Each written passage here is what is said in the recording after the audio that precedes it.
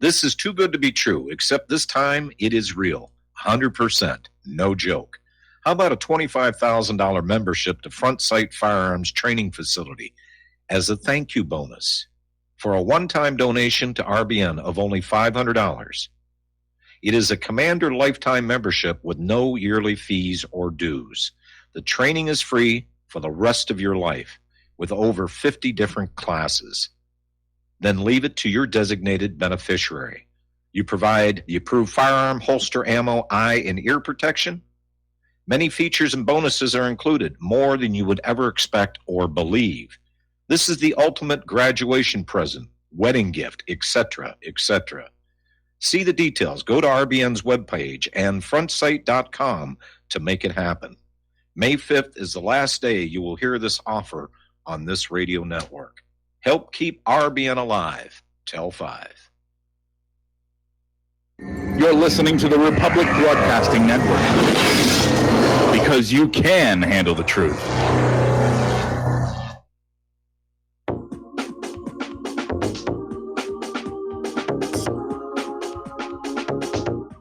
What really happened with your host, Mike Rivero. You're listening to the Republic Broadcasting Network, where you'll find out what the Fukushima's going on.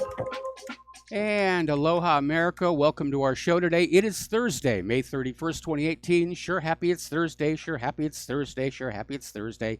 And we have a lot of stuff to talk about today. The phone lines are open, 800-313-9443. Mike is in the control room, ready to answer the phone, put you on the air with your comments and questions.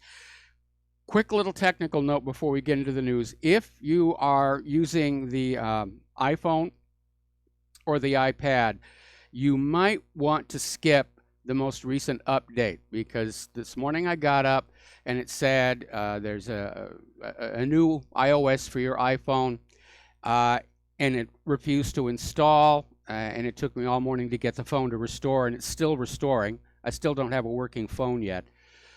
So just might want to pull back and give it a wait for a few days until Apple gets its act together on that. Turning over into the war zones, and boy, there are plenty of them, aren't there? The United States is literally telling the government of Syria not to attack ISIS, that there will be repercussions. This is serious. This is the United States government telling the government of Syria what it can and cannot do on its own soil. The U.S. is issuing orders to a nation whose leadership has never invited the United States into their country or granted permission for it to be there in the first place. And the U.S. government is standing there saying, don't you hit ISIS. Don't you dare attack ISIS. Really? It wasn't all that long ago when the United States was telling you and I and the rest of the American people that we had to be in Syria to get ISIS. ISIS were the bad guys. They made really bad special effects videos about beheadings. They're evil. And now you have the United States government literally telling the government of Syria not to attack them. Talk about living in the twilight zone.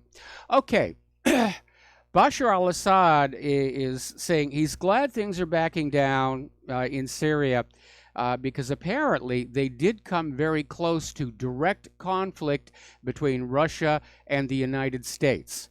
And that's certainly something that Russia did not want to see happen. I'm not even sure the United States is ready to take on Russia head to head. Even going back to the original Cold War in the 1950s and 1960s, the only time we came close to direct conflict between the U.S. and Russia was the Cuban Missile Crisis. All the others were proxy wars, places like Vietnam. So it was very, very dicey. But Russia's in there now saying that nobody but Syrians should be in the South deconfliction zone. That's a direct message to the United States. Iran is not happy about being asked to leave, but as Iran keeps pointing out, Iran does not actually have soldiers in Syria. They have officers who are acting as advisors and trainers, but they don't actually have troops on the ground, despite what Israel has been claiming in between rocket launches. Anyway, we were talking about a week ago on how there seems to be a grassroots uprising against the American presence in Syria, a real, genuine, if you will, color revolution. And apparently more than 9,000 locals from the eastern Ghouta region near Damascus have joined the Syrian Arab Army and several pro-government groups since the liberation of the area on April 14th. Now, this is coming from the Syrian Observatory for Human Rights, which is sometimes questionable. They haven't actually been in Syria. It's a one-cottage operation out of England, and sometimes some of their reporting can be a little inaccurate. But according to this, the Syrian Arab Army is enjoying a recruiting boom, and they may need it, because it is very obvious when you have the U.S. government in there telling Syria, don't attack ISIS, that the U.S. is not planning on leaving. The U.S. is still building new bases, basically looking at breaking a chunk of Syria off, balkanizing the place, going to break off the Golan, give that to Israel, break off the area over by Iraq and give that to the Kurds. And Syria is not going to want that. So the war in Syria is likely to continue. And it's been 7 going on 8 years. And the mighty United States has not succeeded. And they're not likely to succeed in the future. And that the awareness of this potential for the United States to go on mucking about in Syria's internal affairs is probably why people are signing up for the army. I mean, let's say that, for an example, Germany just came into the United States of America, started blowing stuff up, justified it by saying, we're fighting terrorists, but we don't want you to attack the terrorists. I think you would probably see a lot of Americans saying, yeah, it's time to join the military here, because the Germans don't have any business being on our soil telling us what to do. So anyway, we're going to do a shout out to our on-air affiliates who are just now rejoining the network. Now, one of the reasons the United States may be telling Syria to back off on ISIS is because there are so few of them left. And Israel is in a bit of a quandary here because Israel justified their intrusions and attacks on Syria on the basis of ISIS and al-Nusra and Iran. And it's turning out those excuses don't really fly. It's like Netanyahu. They're running out of aged Nazis to wag at us to get more money and weapons. So Israel doesn't know what they're going to do. How do they justify continuing to occupy and steal the Golan Heights when it's very clearly a violation of international law? As you know, there's another Freedom Flotilla that is on the way toward Gaza, and there are Gaza boats that are attempting to run the blockade, primarily to get some of these people who were grievously wounded by the Israeli army at the Gaza border, these unarmed protesters who were shot with these expanding bullets. And Israel continues to intercept them at sea and turn them back. And apparently the latest attempt was stopped about 9 miles from the coast. Now, there's a problem with that, because according to the Oslo Accords, which Israel did sign, the Gazans are allowed to go 20 miles out to sea, but Israel has never complied with that particular condition of the Oslo Accords. Actually, they pretty much ignored all of the accords. Their idea of Middle East peace is, we want a piece of that Middle Eastern country, and we want a piece of that Middle Eastern country, and we'll take a piece of that one over there.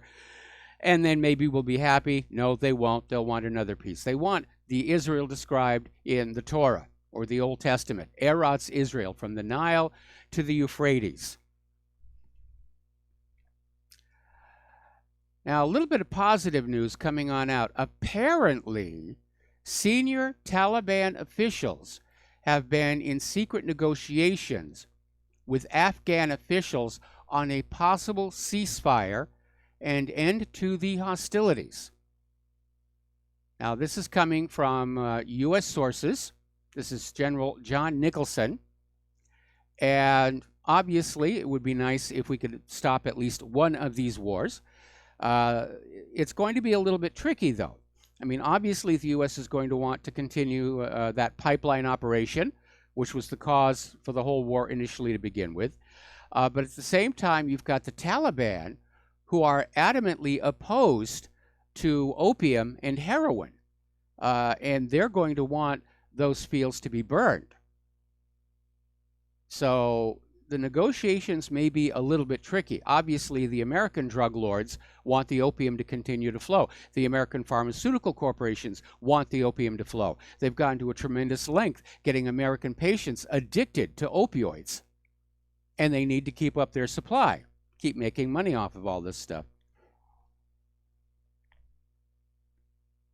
But it would be nice if at least one of these wars got shut down. Malaysia has waded back into the loss of the Malaysian Airlines Flight 17. As you know, this so-called international investigation has come on out and declared that it was a Russian-made Buk missile that took the aircraft down. Now, the investigation itself is not assigning blame because both Russia and Ukraine have the Buk missile. Ukraine got them from the old Soviet Union, and they do have a bit of a lifespan on them. But of course, the media and the West are out there saying, oh, there's no question, Russia did it. Russia just decided to kill a civilian airliner for no gosh darn good reason at all, just so we can point our fingers at them and say that they're evil people. Now, Russia provided all kinds of information, radar data, technical information on the Buk to compare with what they found on the wreckage of the aircraft, which, by the way, wasn't even looked at for like weeks. By the time the investigators actually got to the crash site, it had already been stripped by souvenir hunters. Also, this so-called international investigation refused to share any of their data back with Russia, the accused and aggrieved party in this case. So now Malaysia has come on in and said, according to their investigation, there is no evidence that Russia is to blame for the collapse or crash of the plane over the Donbass. And this is coming from the Transport Minister of Malaysia, Antony Lok. And he said his country does not see there is any convincing evidence that Russia is responsible for the shoot down of the aircraft. So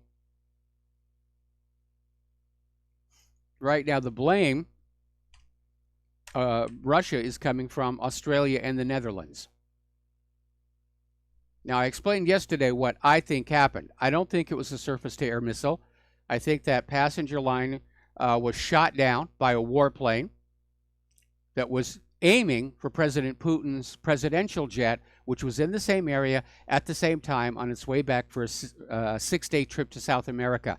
And the planes are about the same size, and their paint schemes are very, very similar. Somebody who's out there getting ready to shoot down a head of state over a war zone could easily get them confused. And there was that one story from this worker at an airport, how a Ukrainian warplane took off, fully loaded, came back with a missile missing from the rail, and the pilot was shaken, saying, I got the wrong plane, I got the wrong plane. And that was all covered up and hushed up, and nobody ever heard from anybody ever again. This little stunt that Ukraine has pulled, faking this journalist's death, is rapidly increasing tensions.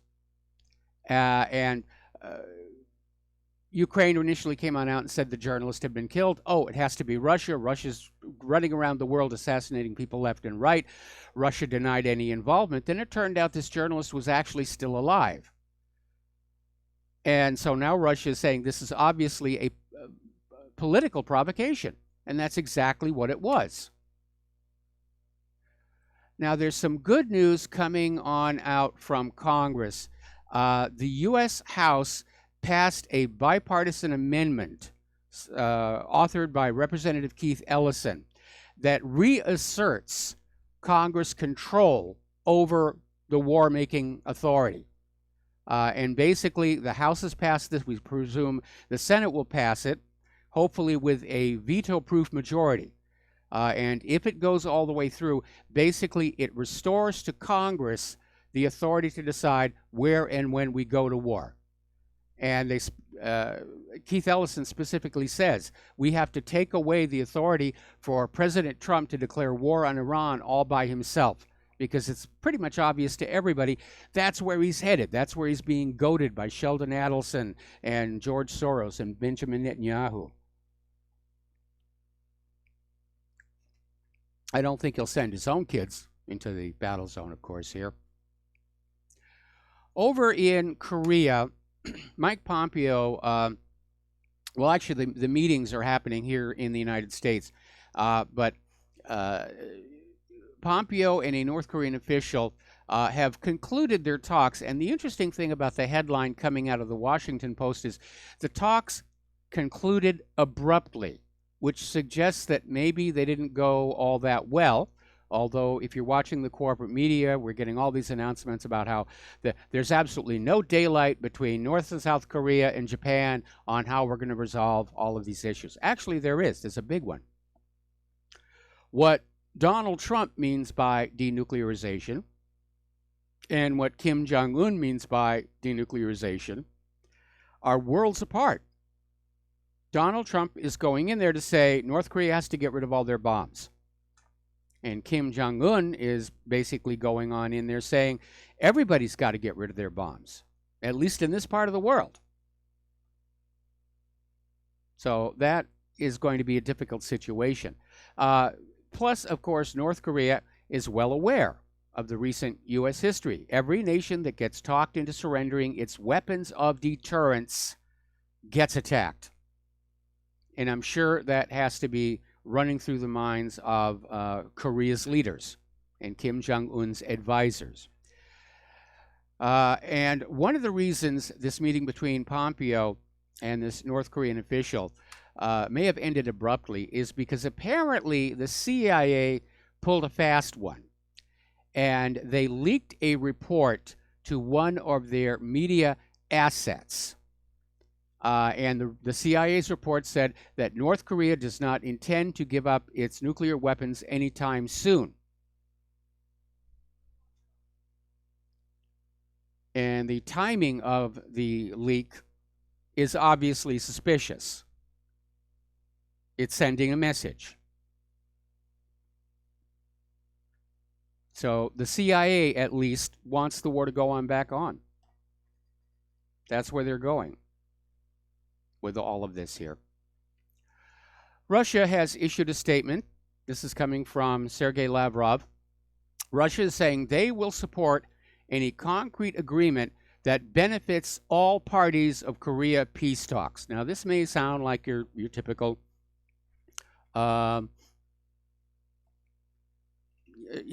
gratuitous statement for the world stage. But what Russia is doing is they are sending a message to the United States, okay, not to expect a totally one-sided deal, that North Korea has to benefit from the negotiations. And it's a recognition that of late, the United States has acted like a bully. They don't negotiate. There is no diplomacy.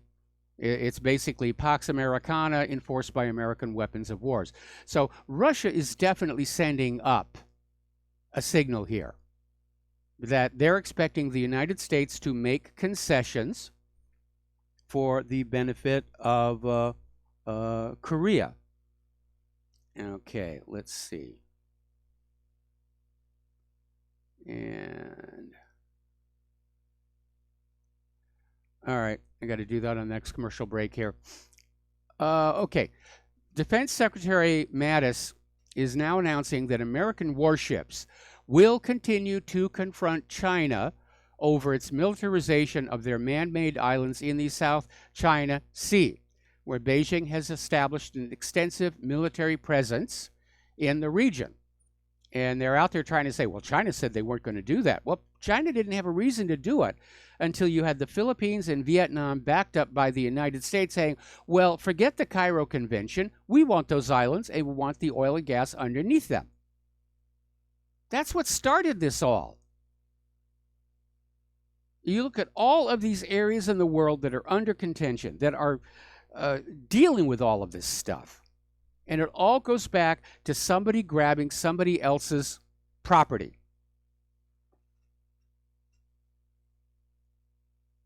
Now, even though NATO is called the North Atlantic Treaty Organization, apparently they're talking about bringing Colombia into the alliance, and that in turn signals a potential war with Venezuela.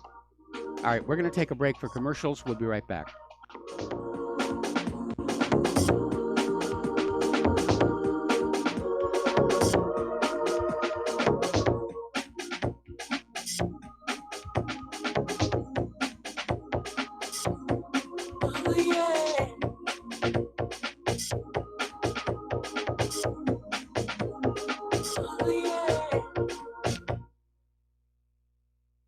Corporate media dominates the American opinion. Finding independent voices that counter this avalanche is becoming increasingly difficult. With the endless corruption running rampant throughout our government, independent voices are needed more than ever to battle the offensive against our freedoms and liberties. As a listener of RBN, no one understands this concept better than you. Now it's up to you to do your part. The time has come for you to take action and begin broadcasting the truth to hundreds or thousands of people every month. Sound impossible? Quite the contrary. With pointed slogans from LibertyStickers.com, you can reach countless sleeping Americans unaware that they live in a real-life wonderland. LibertyStickers.com has a huge inventory of political bumper stickers and messages that reflect the truth about our government, our politicians, and the future of America. With so many in stock, there's one perfect for you. Visit us today at LibertyStickers.com. Again, that's LibertyStickers.com. Do your part. Your voice is important. Let it be heard. As a listener of RBN, you're surely concerned about being informed and being ready for whatever may come. Please consider the following questionnaire as a soul-jarring wake-up call. If you answer no to more than 2 of these following questions, you probably aren't going to make it through any major disruption in our country. The questions were compiled by people that have been there. Are you really ready? Do you own your own firearm for the primary defense and protection of you and your loved ones? Have you ever been professionally trained to stand against life-threatening behavior? Have you ever practiced enough to fire 500 rounds during a 2 to 4 day time frame, day and night? Can you load, unload, fire, and clear a jam in total darkness? Have all the adults in your household been professionally trained? Are you, life and death, comfortable with your abilities with pistol, revolver, shotgun, and rifle? Are you aware that everything that you do to prepare for an emergency is a waste of time, money, and energy? If you haven't honed your abilities to their highest level to protect and keep what you have, do you have the repair parts that will most likely be needed for each of your firearm, and do you have the ability to install those parts? Could you completely clean every firearm you own? Are you aware that your body won't go where your mind hasn't been? In other words, without proper training, followed by regular practice, you probably will not win a gunfight. Well, how did you measure up? Take the once-in-a-lifetime opportunity to start correcting your deficiencies by receiving your Commander Lifetime Membership with Front Sight Firearms Training Facility. A one-time donation to RBN for $500 will give you a Commander Lifetime Membership at Front Sight as a tremendously huge thank you bonus. See details on RBN's webpage to make it happen. The clock is ticking. You had better be ready before it happens.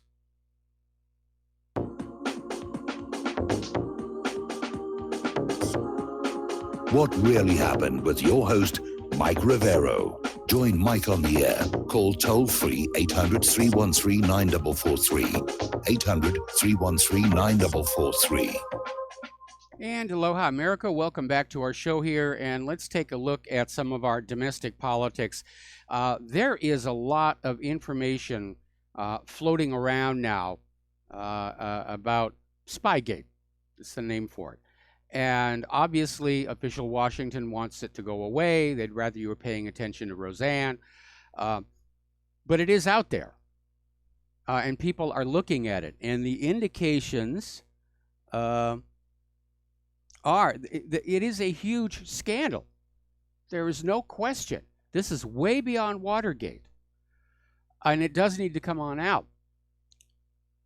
I've been doing what I do for almost a quarter of a century. But right now, this time, 2018, getting into June, is probably the most important time for everyone to be a truth activist and get this stuff out there. The powers that be are hoping that you're just going to forget about it.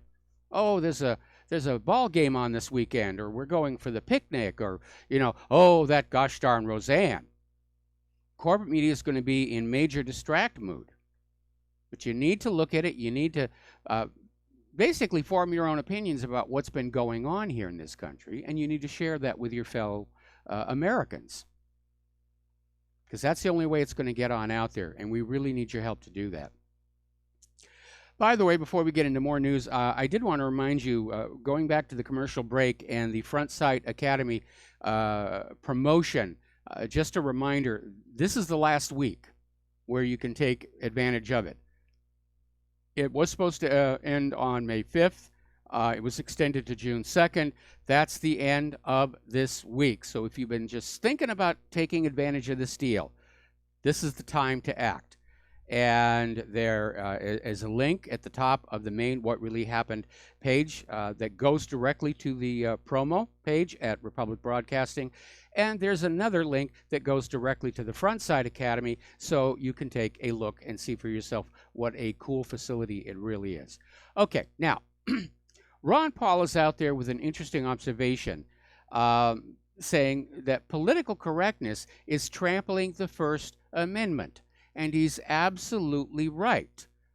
Political correctness is attempting to trick us into imposing self-censorship. And they start with issues like you can't be racist, you can't be sexist, you can't be this, you can't be that. And then slowly they're working toward an environment in which it's politically incorrect to say almost anything that might challenge the official agenda. And so Ron Paul is right. If we're going to preserve our right to freedom of speech, we have to just forget political correctness. You can't have freedom of speech without offending somebody. And if you understand that you're going to offend somebody anyway, then go ahead and speak your mind. Okay. Trump is in a very pardoning mood. Apparently, he pardoned Dinesh D'Souza, who pled guilty in 2014 to violating federal campaign finance laws, and he's considering commuting the sentence of former Illinois Governor Rod Blagojevich and even Martha Stewart. Well, Donald, as long as you've got that pen out, may I add Leonard Peltier to that list and Mumia Al-Jabbar. I think it's time to correct some very obvious wrongdoing that was done in both their cases. All right. Over at CNN, they have this personality, April Ryan. She's a White House correspondent for American Urban Radio Networks and a frequent panelist on CNN. And she went on ahead and posted a link to a story on this African-American-centric website called The Root that actually accused Trump and Sessions of being involved in the trafficking of children. And April's getting a lot of flack for that, understandably. It's a ridiculous idea. I know there's a lot of child trafficking out there.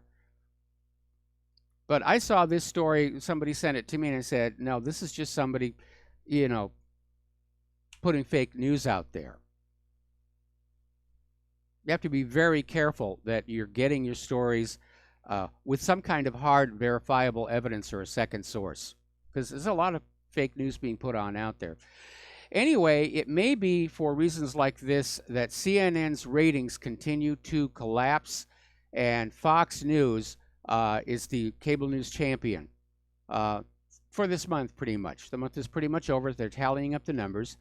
And Fox News has extended its run of consecutive months at number one to a staggering 197. Fox News has now beaten every other network in basic cable for 23 months straight based on total day ratings. So CNN is in serious, serious trouble, and having people like April put out this bogus nonsense is not going to help them. All right, we're going to take another break for commercials. We'll be right back after these words from our sponsors.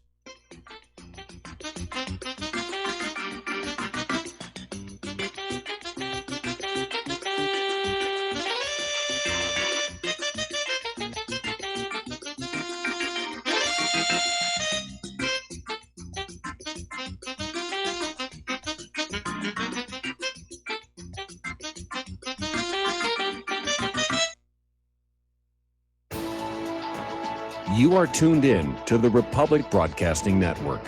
Visit our website by going to republicbroadcasting.org.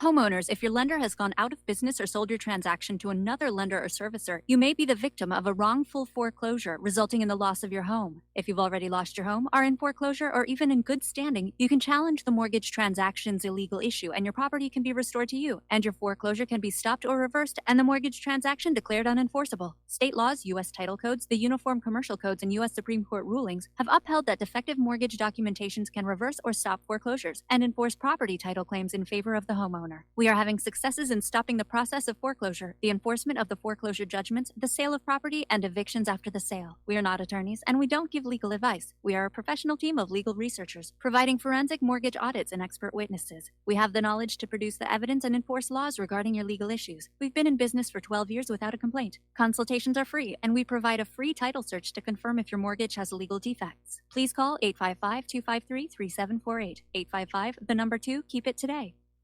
Corporate media dominates the American opinion. Finding independent voices that counter this avalanche is becoming increasingly difficult. With the endless corruption running rampant throughout our government, independent voices are needed more than ever to battle the offensive against our freedoms and liberties.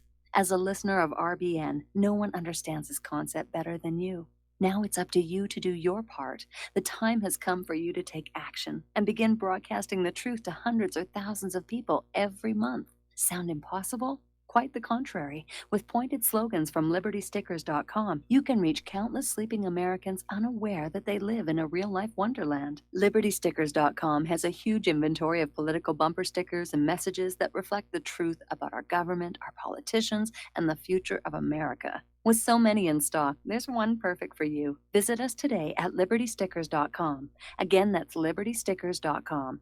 Do your part. Your voice is important. Let it be heard. Without the right accessories, any guy can be off the mark. Whether you've invested thousands in your arsenal or you own a single trusted firearm, a visit to AROutfitting.com is in order. It's one of the finest online selections of tactical optics and AR parts and add-ons, like EOTech, quick target acquisition with no peripheral loss. Browse the full range of Nikon scopes and binoculars. AROutfitting.com can illuminate your world with Streamlight gun-mounted lights from keychain to large handhelds, up to 1,100 lumens.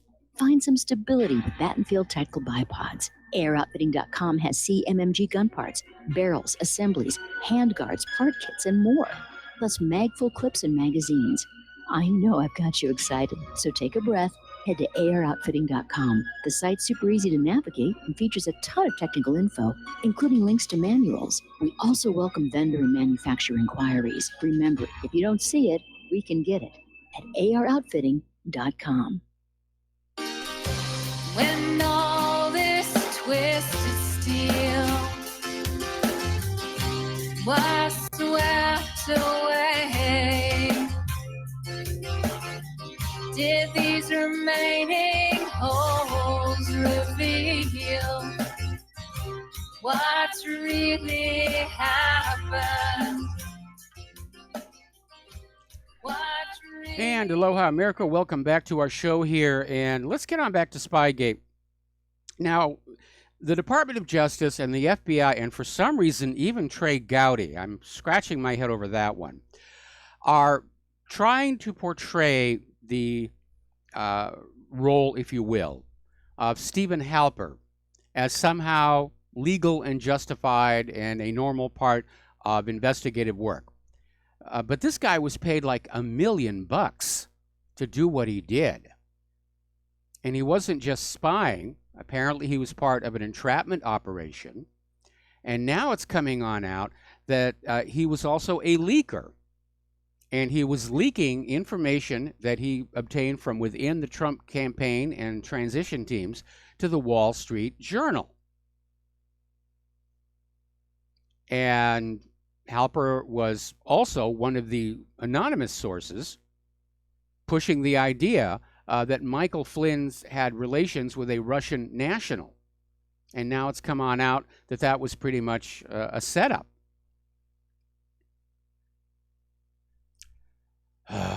All right, let's talk about the economic news here.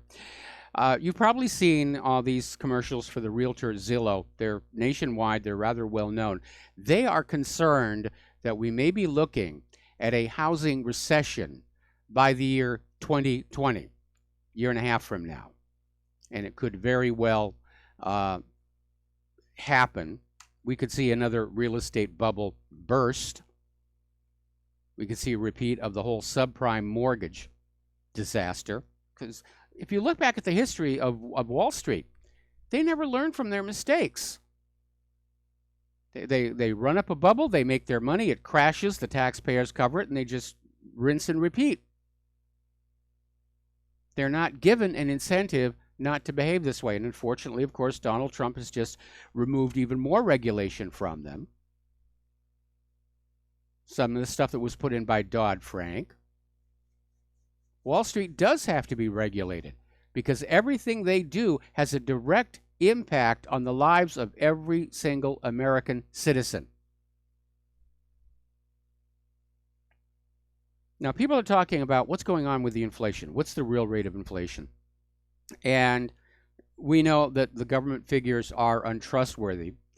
So there's this article over at of2minds.com where they're talking about a burrito index.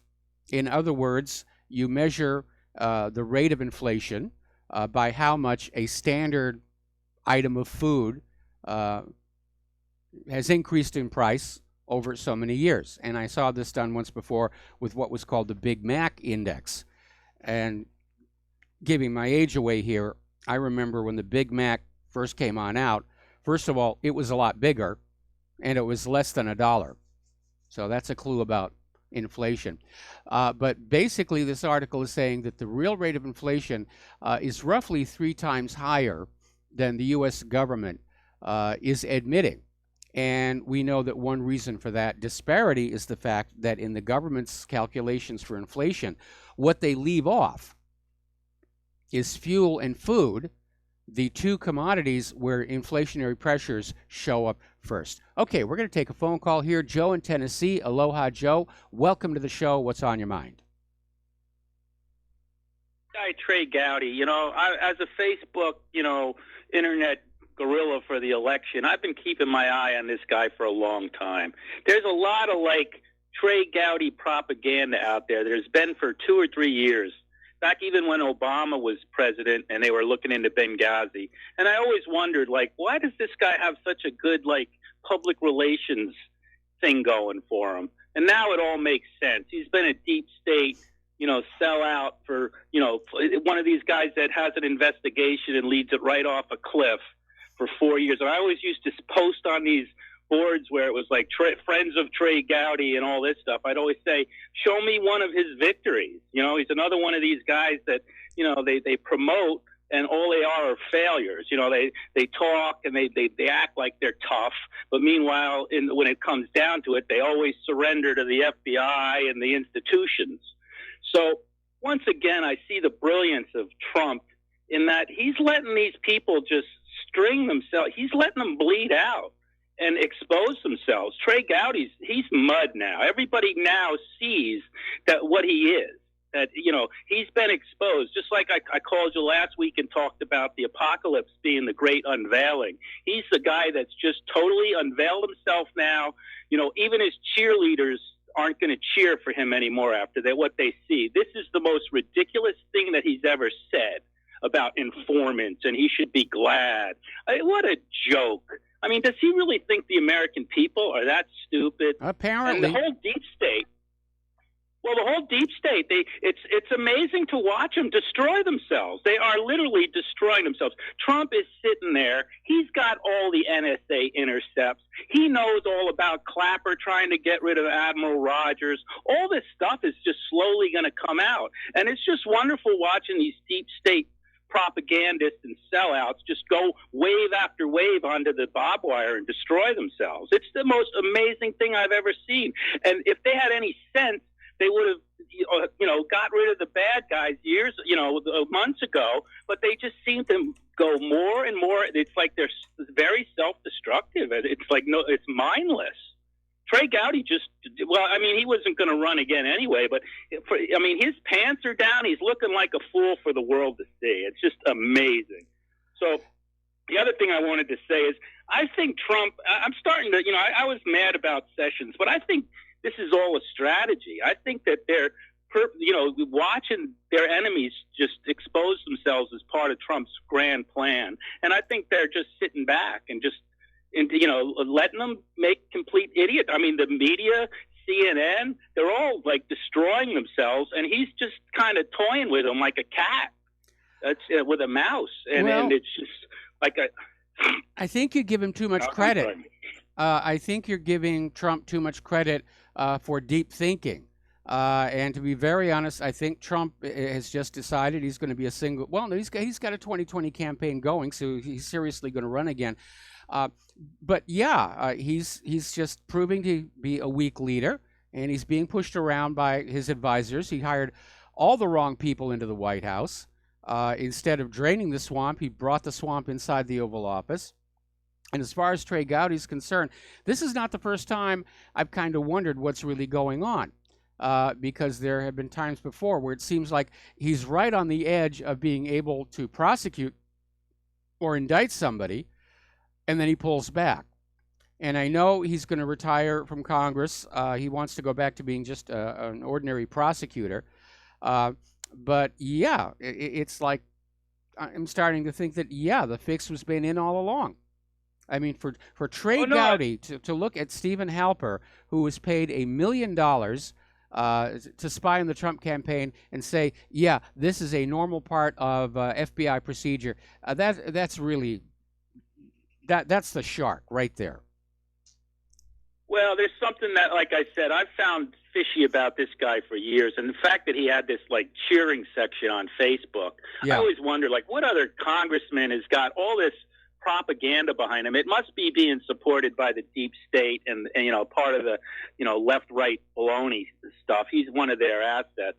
I'll never forget with who is that guy from Utah, that senator, Orrin Hatch, yes, back with the Waco stuff. And he said, we can't have the public lose faith in the FBI. And I think that you're seeing all these deep state guys rallying around the FBI and the institutions. What they don't realize is that the crimes that they've committed, that some of these guys are so bad that they can't cover them up. And Trump's got them. He's got all that down. He's the president. He can read all this secret stuff. And I do think Trump is brilliant. And I think there's more to Trump, like I said before, from an aspect of the apocalypse and just like the times going on. It's like George Washington. He'd go to battle and people would be shooting at him and the bullets would just miss. And I see that with Trump. I think he's very smart. I mean, he's a billionaire. You don't become a billionaire developer. And I agree, he's got, slick friends and, probably dealt with the mob. Yeah, I mean, he was born into a wealthy family, and don't forget, he's gone bankrupt a couple of times as well. So I don't know how brilliant we should consider that. He got helped out. I think Sheldon Adelson bailed him out at one point. And he owes all those people favors.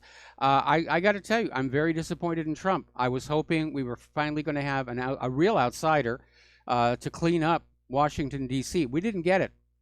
And like you, Well, I mean, it's going to take time. When I'm Hello? not seeing anything happen. I'm sorry. I'm not seeing anything happen. And call me frustrated, Well, I mean, but it looks to me like it's still business as usual. Everybody covering each other's rear end, and nothing's going to get done. They have got so much evidence against the Clintons over the Uranium One deal. Why is nobody being indicted? I agree with you on that, but at the same time, he's been sabotaged. He's got an independent counsel on his butt. Meanwhile, he's got us at a peace treaty possibility with North Korea. There's the possibility that all troops, all foreign nations are going to get out of Syria and maybe leave the Russians in there. I think that's what this whole thing with Israel and Iran is Israel wants Iran out of Syria, and then because otherwise it'll be a huge defeat for them. So if Iran leaves, they won't support ISIS. I mean, I see things working in a real good direction there. I was really upset about the bombing that happened a couple months ago, but it was very limited. And then I see what's becoming of it, and it might, I think I was a little alarmed for nothing. And at the same time, I see a lot of progress. And I remember even when Obama was president, I didn't like him, but I thought, I could understand people voting for him over McCain. And I told people, I said, you got to give him, if he's a real renegade, it'll take him 2 years to turn against the deep state. And I'm giving Trump that same, and I've never seen a president since Kennedy really go against the deep state like Trump is. And I don't know, how much more you can really expect. I would say, by the time it's 3 years, if he hasn't pulled troops out and stopped the wars, then but at the same time, he's got a lot of enemies, Yeah, I know he's got a lot of enemies, but the problem is, Trump really can't wait to start keeping his campaign promises, because a lot of the people who supported him in 2016 are feeling disappointed and let down. They may not even go to the polls this November, and that means the Democrats are going to be a shoo-in to take control of the Congress. And Trump and his advisors have to know that. They've got to do something to reactivate Trump's support base. And nothing is going to reactivate Trump's support base like somebody getting indicted and actually hauled before a judge. That's what we're all waiting for. Oh, no, I'm waiting for that, too. But, like, for instance, the whole Jerusalem issue and the Iran issue, I don't support that at all. But he did run on that. He is fulfilling his campaign promises.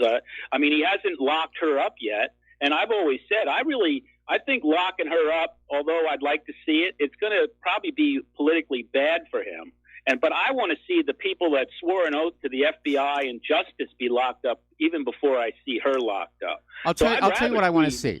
I'll tell you what I want to see. Okay, first of all, I'm glad that Trump is repurposing NASA back to technology development, space exploration, rather than pushing human-caused global warming. I like the fact that he's sort of made motions toward closing our borders, although they still appear to be wide open here. I wanted the honest elections he talked about having. I wanted to have a genuine inquiry into the safety of vaccines that he promised us. And yes, I too want the Clintons and everybody else who's committed these crimes surrounding the email server and the Clinton Foundation to be locked up. Okay? And call me demanding, but I'm not going to settle for Trump light.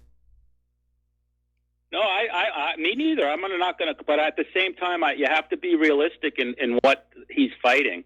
And I have to say that compared to like Bush or Reagan and the promises of any politician, I think he's actually fulfilled more than most. It's not even 2 years into his presidency. We've had the tax cut. We would have had Obamacare repeal if it wasn't for the rhinos and John McCain. He's done the conservative on the Supreme Court. Jerusalem and Iran, he said he was going to do that. Tax cuts, and we're working. It appears to me like they are working towards locking her up and at least exposing her crime. It looks like nothing's getting done. Nothing's getting done. Look, I understand that you still think Trump has got potential. Obviously, you and I disagree on that issue. I am tremendously disappointed by him. And yes, I remember that he did say he was going to support Israel and kill the Iran deal when he campaigned. And I didn't agree with that, but I went along with that because the other things that he was promising us were things I think needed to happen, but they're not happening. And that, for me, is really the bottom line. Anyway, Joe, we got to let you go. The phone lines are loading on up, and we're going to switch over to Jim in Chicago. Thank you for waiting so patiently. Jim, what's on your mind? Well, Michael, first of all, Trump's problem is himself. He's too much of a insecure individual, very weak leader. Yes. And there's a lot of things that he could have done from day one, and he chose not to. So Trump's problem is himself. And as far as with the young person who just called and stated he was doing all these great things, I don't see it. I just don't see it. Now, the reason I'm calling in, you mentioned the economy. Michael, I think this might be the year where everything crashes, considering we're going to start the tariffs, I think, starting today or tomorrow. Yes. Inflation is getting higher. Interest rates are going up. Student debts are off the chart. Credit card debt is getting worse. So I think this might be the year where things really do fall. And then I read today where the bankers are up to their old tricks again. They're doing the same thing that they did back in 2007. Okay, yeah.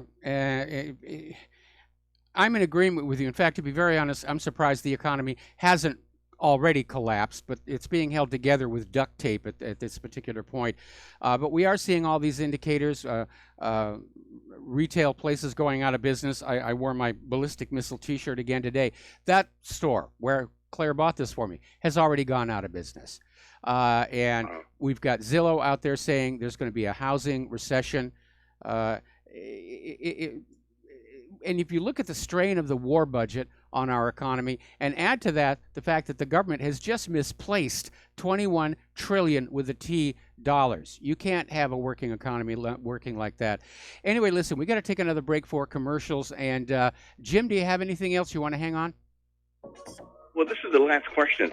How come people are not talking about the Bilderbergs? Normally this time of year, everyone All right, talks stay about on hold. Stay on hold. I'm going to come right back to you after these commercials.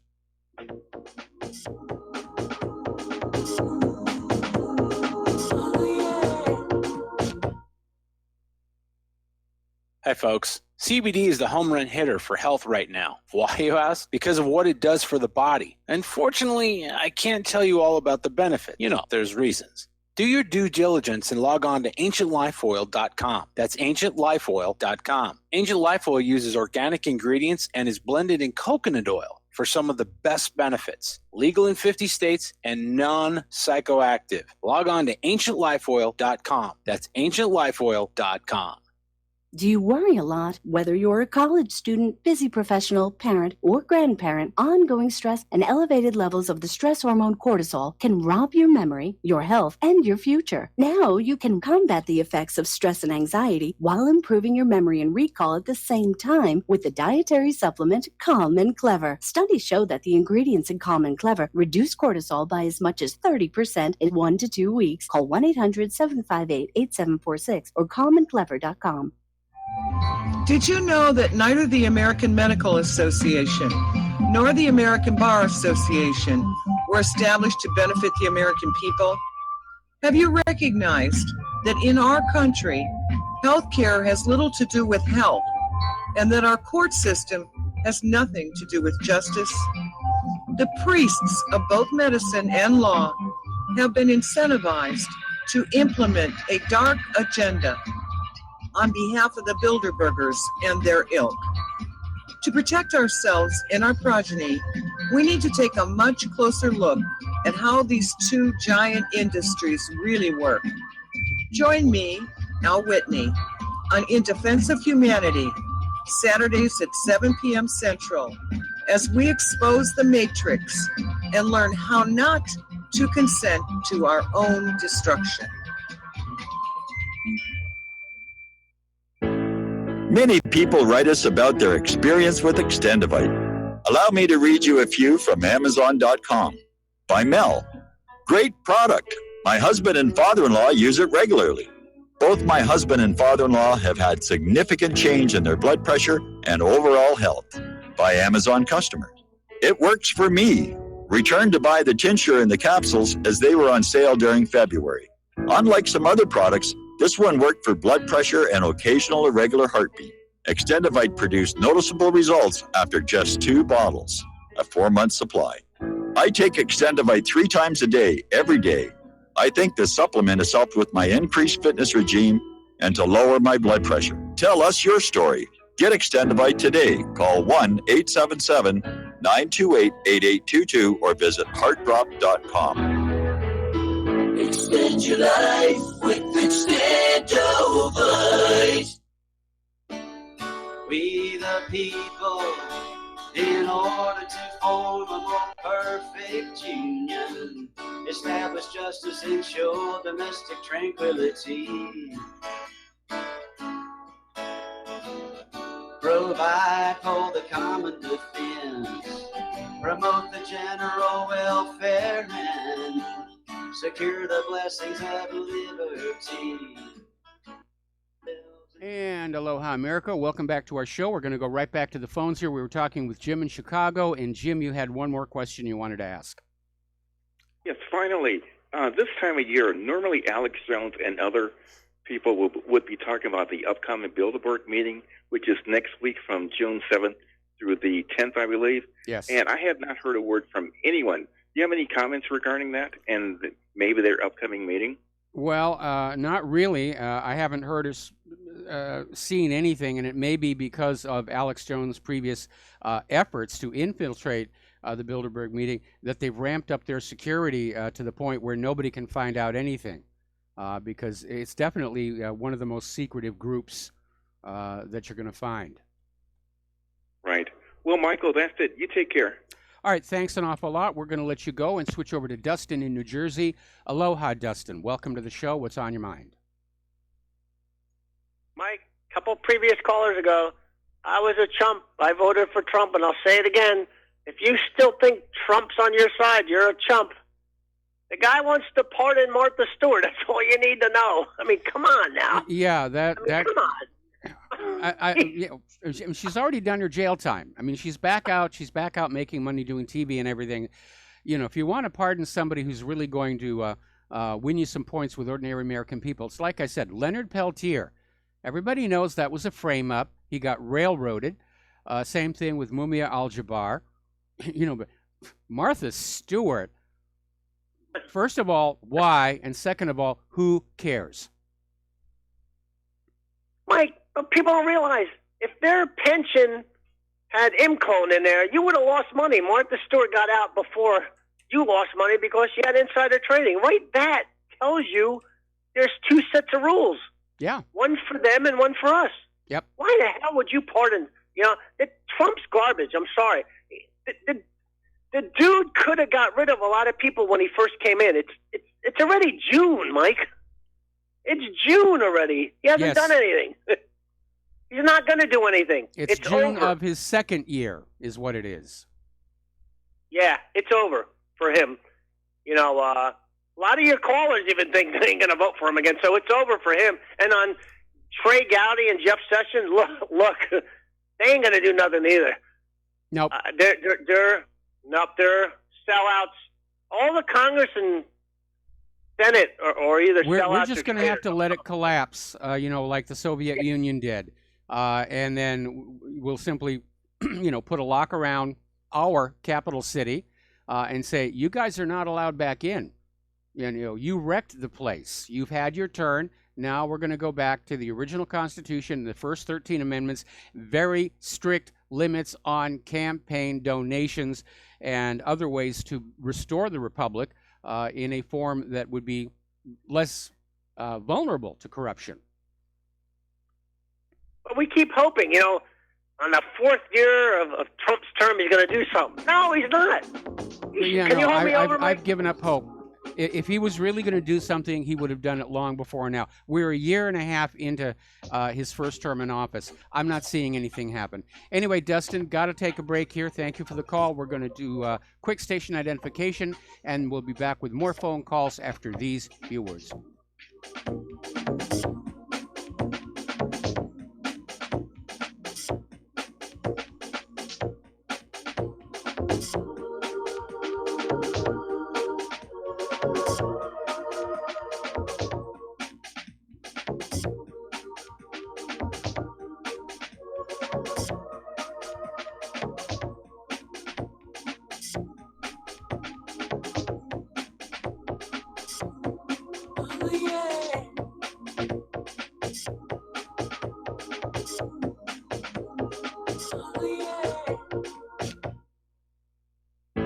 Extendivite, a 7-herb combination of garlic, cayenne, hawthorn, bilberry, ginkgo biloba, valerian, and milk thistle. Extendivite is designed to strengthen the heart and arteries and help the body heal itself. Doctors are not able to explain the improvements they are seeing in their patients' health who are taking Extendivite. People who once needed more pills are now taking less and getting better. Due to the unexplainable improvements in their patients' health, more doctors are calling to order Extendivite for themselves. Help Extendivite make your doctor a believer. Extendivite is available in capsule or liquid form for just $69.95 for a 2-month supply. To get started, call 1-877-928-8822. That's 1-877-928-8822 or visit heartdrop.com. Extend your life with Extendovite. You're listening to Republic Broadcasting Network because you can handle the truth.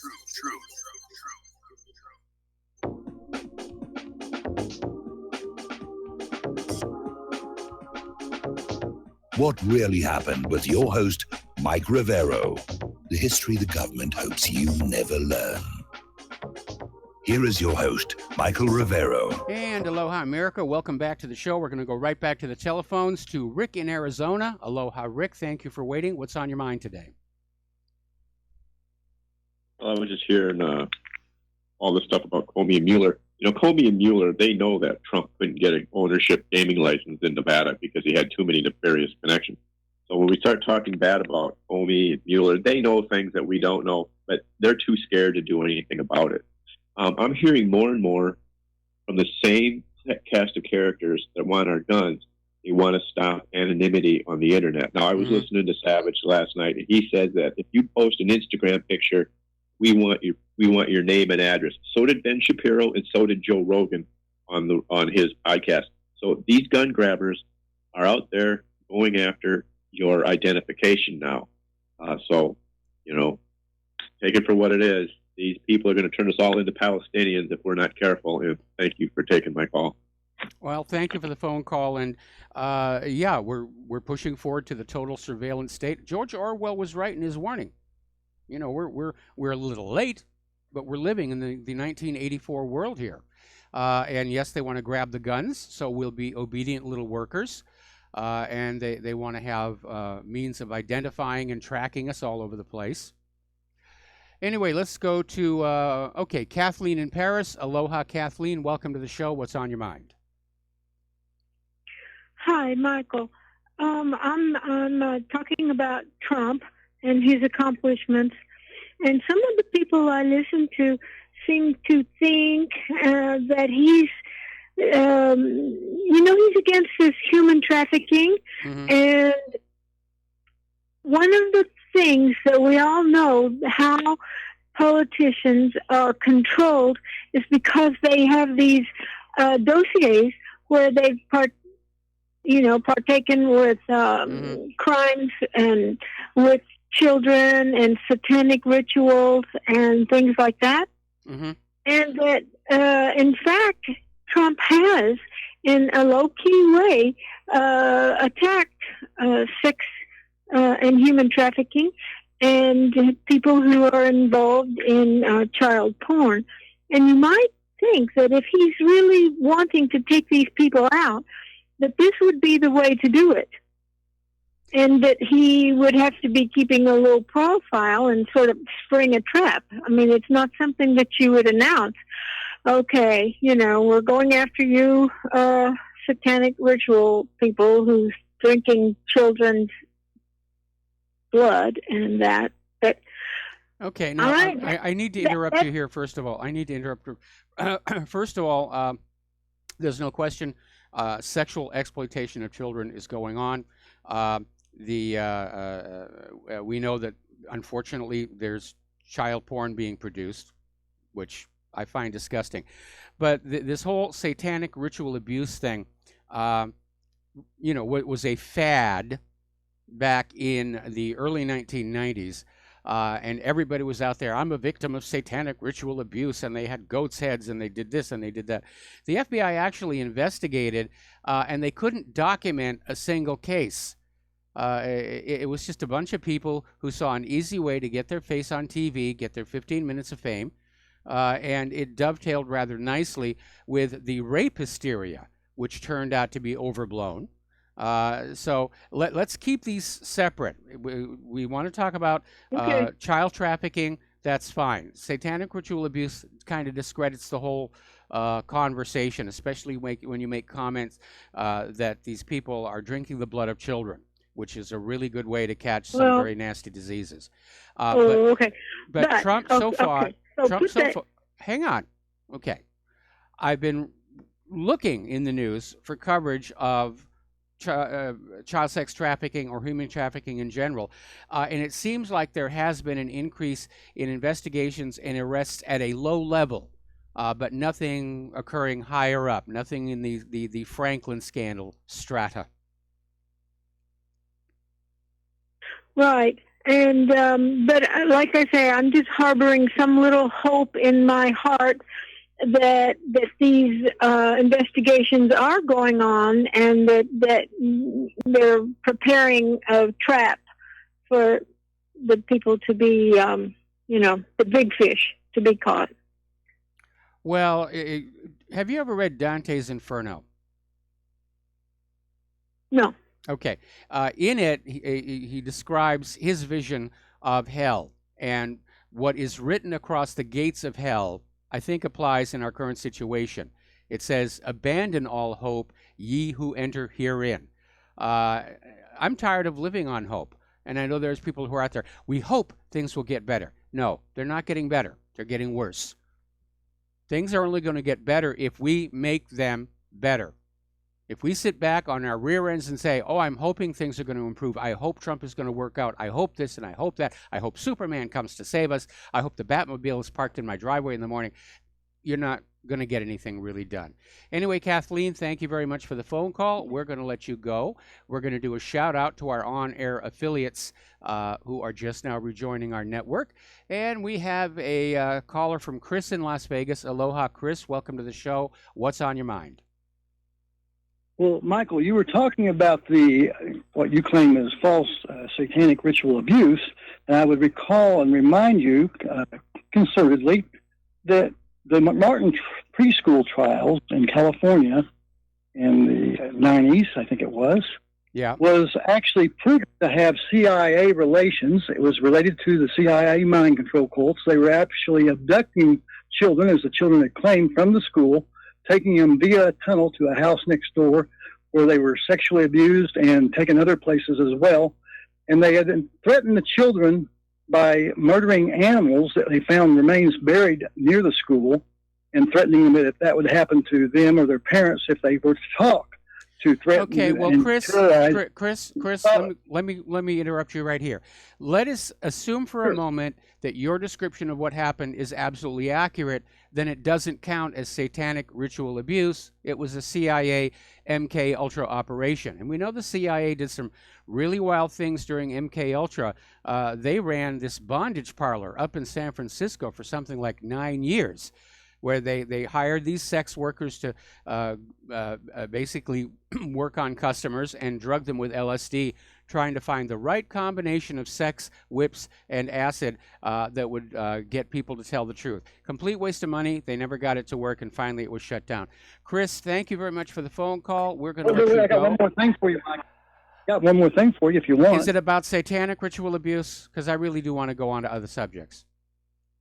It's up at the Presidio, California, with Anton LaVey and the Church of Satan, and his followers that were Colonel Paul A. Bilali and Michael Aquino, who had been partners with Anton LaVey and the Church of Satan, and then created their own Church of Set, who later created the 10th Psychological Operation Unit in the United States Army that got Satanism approved as a so-called religion in the military forces. And this is part of the problem that we have with deep state embedded in the armed forces and these satanic practices of the dark world. Okay, but again, what you're describing is military and intelligence operations masquerading behind all this Church of Satan stuff. And we know that military operations and intelligence agencies will use a wide variety of religious institutions as cover. Anyway, thank you for the call, Chris, and we're going to switch over here to Roxanne in Texas. Aloha, Roxanne. Welcome to the show. What's on your mind? Good afternoon. I wanted to briefly go over a couple places that the border wall is being built. Okay. So if you go over to Sunland Park, New Mexico, and that juts up against Anapra, Anapra, Mexico. Okay. So that started construction January 7th, 2017. Now, just west of El Paso here in Texas, there's a town called Santa Teresa. Mm-hmm. They started on April 11th. But over in California, they're building a bunch of walls outside of San Diego, and the Attorney General, Becerra, yeah, is walking, saying, so, it is getting done. And the SWF contractors out of Omaha, Nebraska said their needs are like 300 days. Mm-hmm. There's only like 225 miles left to build. So it isn't like thousands of miles. It's only a couple hundred. But if you get blocked everywhere you go with these Democrat towns or states, it's frustrating to everybody. But the border, Ronald Vitello, he's the deputy here, I believe, not here, but I'm trying to think of where, but of the Border Patrol. So he said, we're working on it, and we're doing the best we can. And it's tough because people are, blocking them. People are jumping over. There's a long place, especially near El Paso. It's just like hole, but it isn't even fenced, so you can just walk over. And well, here's my question. Here's my question. Everybody in the United States who is aiding and abetting the illegal immigrants, transporting them, giving them shelter, giving them work, they're in violation of existing federal law under Title VIII. Why isn't Jeff Sessions starting prosecutions? That's what I want to know.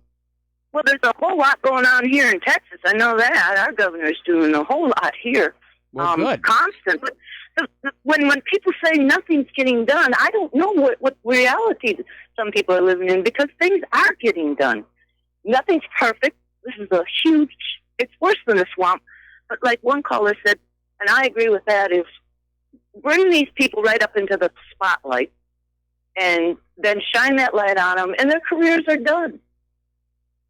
I know it looks crazy, but I think it's a good thing. And there's stuff getting done, and that's all I got. All right. Well, thank you for your opinion. And we're going to let you go and switch over to Josh in Washington State. Aloha, Josh. Welcome to the show. What's on your mind? Hi, Mike. Been a long-time listener. Last time I called you was like 5 years ago. Yeah. I just called to express my just complete disappointment with Trump. I'm one of the oldest millennials you can get, so like mid-30s now. And yeah, so everything he has done are the things I hoped he didn't do, because I'm very liberal. And none of the things I hoped he did and I voted him for, he has done. The biggest thing I wanted was to end these wars. And I'll never forget the night where I have a 5-year-old. I'll never forget the night where I was looking at my kid and wondering if he was going to die that night because of a nuclear war, because of Trump. And I'll never forgive him for that. Yep. I'm in agreement. I mean, for me, Never. that was the biggest promise that Trump made, the one that affects all of our lives, that he was going to get out of these military interventions. But he turned out to be just as much a liar as Obama was back in 2008, when he said the first thing he would do as president was end the wars and bring our kids home. And so, I'm disappointed. And it seems like we're heading into more wars. I mean, we may see light at the end of the tunnel in Afghanistan. Apparently, they're talking with the Taliban there. But you've got the CIA that apparently is trying to sabotage the possibility of any talks regarding North Korea.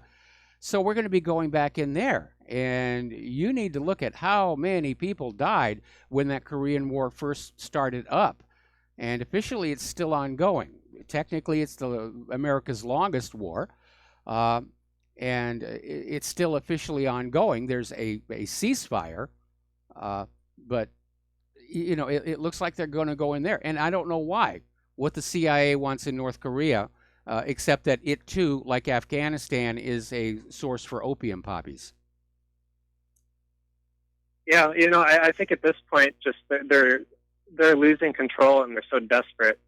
It's like a con man where at the very end of the game, they tend to get very, very extreme with their lies. Yep. Just so nobody sees the smoke coming from behind them, so to speak. I really think that's what it is. And as far as Trump, I don't know what it is. I mean, he could have been on the inside from the very beginning, and he conned us all, or they got him somewhere once he got in there, like you said, a week later. But frankly, I don't care. What I care about is my son's future. And like I said that night, that was so traumatizing. One thing I told my dad, he so unfortunately supports Trump, is that guy might as well have pointed a loaded pistol at my son's head for that entire night. That's how he made me feel. And like I said, because of that, I can never forgive him. I don't care what he does at this point. I'm not supporting him. And, the funny thing is, he's really pushed me a lot more on the left side of politics I ever thought I would be. I'm currently reading Karl Marx, and I'm reading stuff about communism and socialism. Mm-hmm. And I was raised as a conservative and a libertarian. And, to be honest, now that I'm actually reading about those people, they're not evil. It's not all bad. I mean, the funny thing is the main premise of Karl Marx is the same thing libertarians rail against. It's having the elite class of people control everything. That's what Karl Marx was railing about. Yep. They just had a different solution. So that's what Trump has done for me. I'm way more on the socialist side of the camp, and I get a feeling once my generation becomes the old generation, whatever nation is going to exist here, or nations, they're going to be a lot more socialist than what you see right now. And that's just going to be the pushback for my generations being completely disenfranchised. Well, you may be right. Me, I'm an old-fashioned capitalist, but the problem is we're not a capitalist nation anymore. We have slipped into economic fascism, where the wealth always flows to the top. And I think given a choice between fascism and socialism, most ordinary people are going to say, well, let's give socialism a try because, I'm going to get a little bit better lifestyle out of that rather than this constant grinding poverty propping up the war machine in Wall Street. Yeah, totally. And when I say socialism, I don't mean extreme, like Stalin, like communism.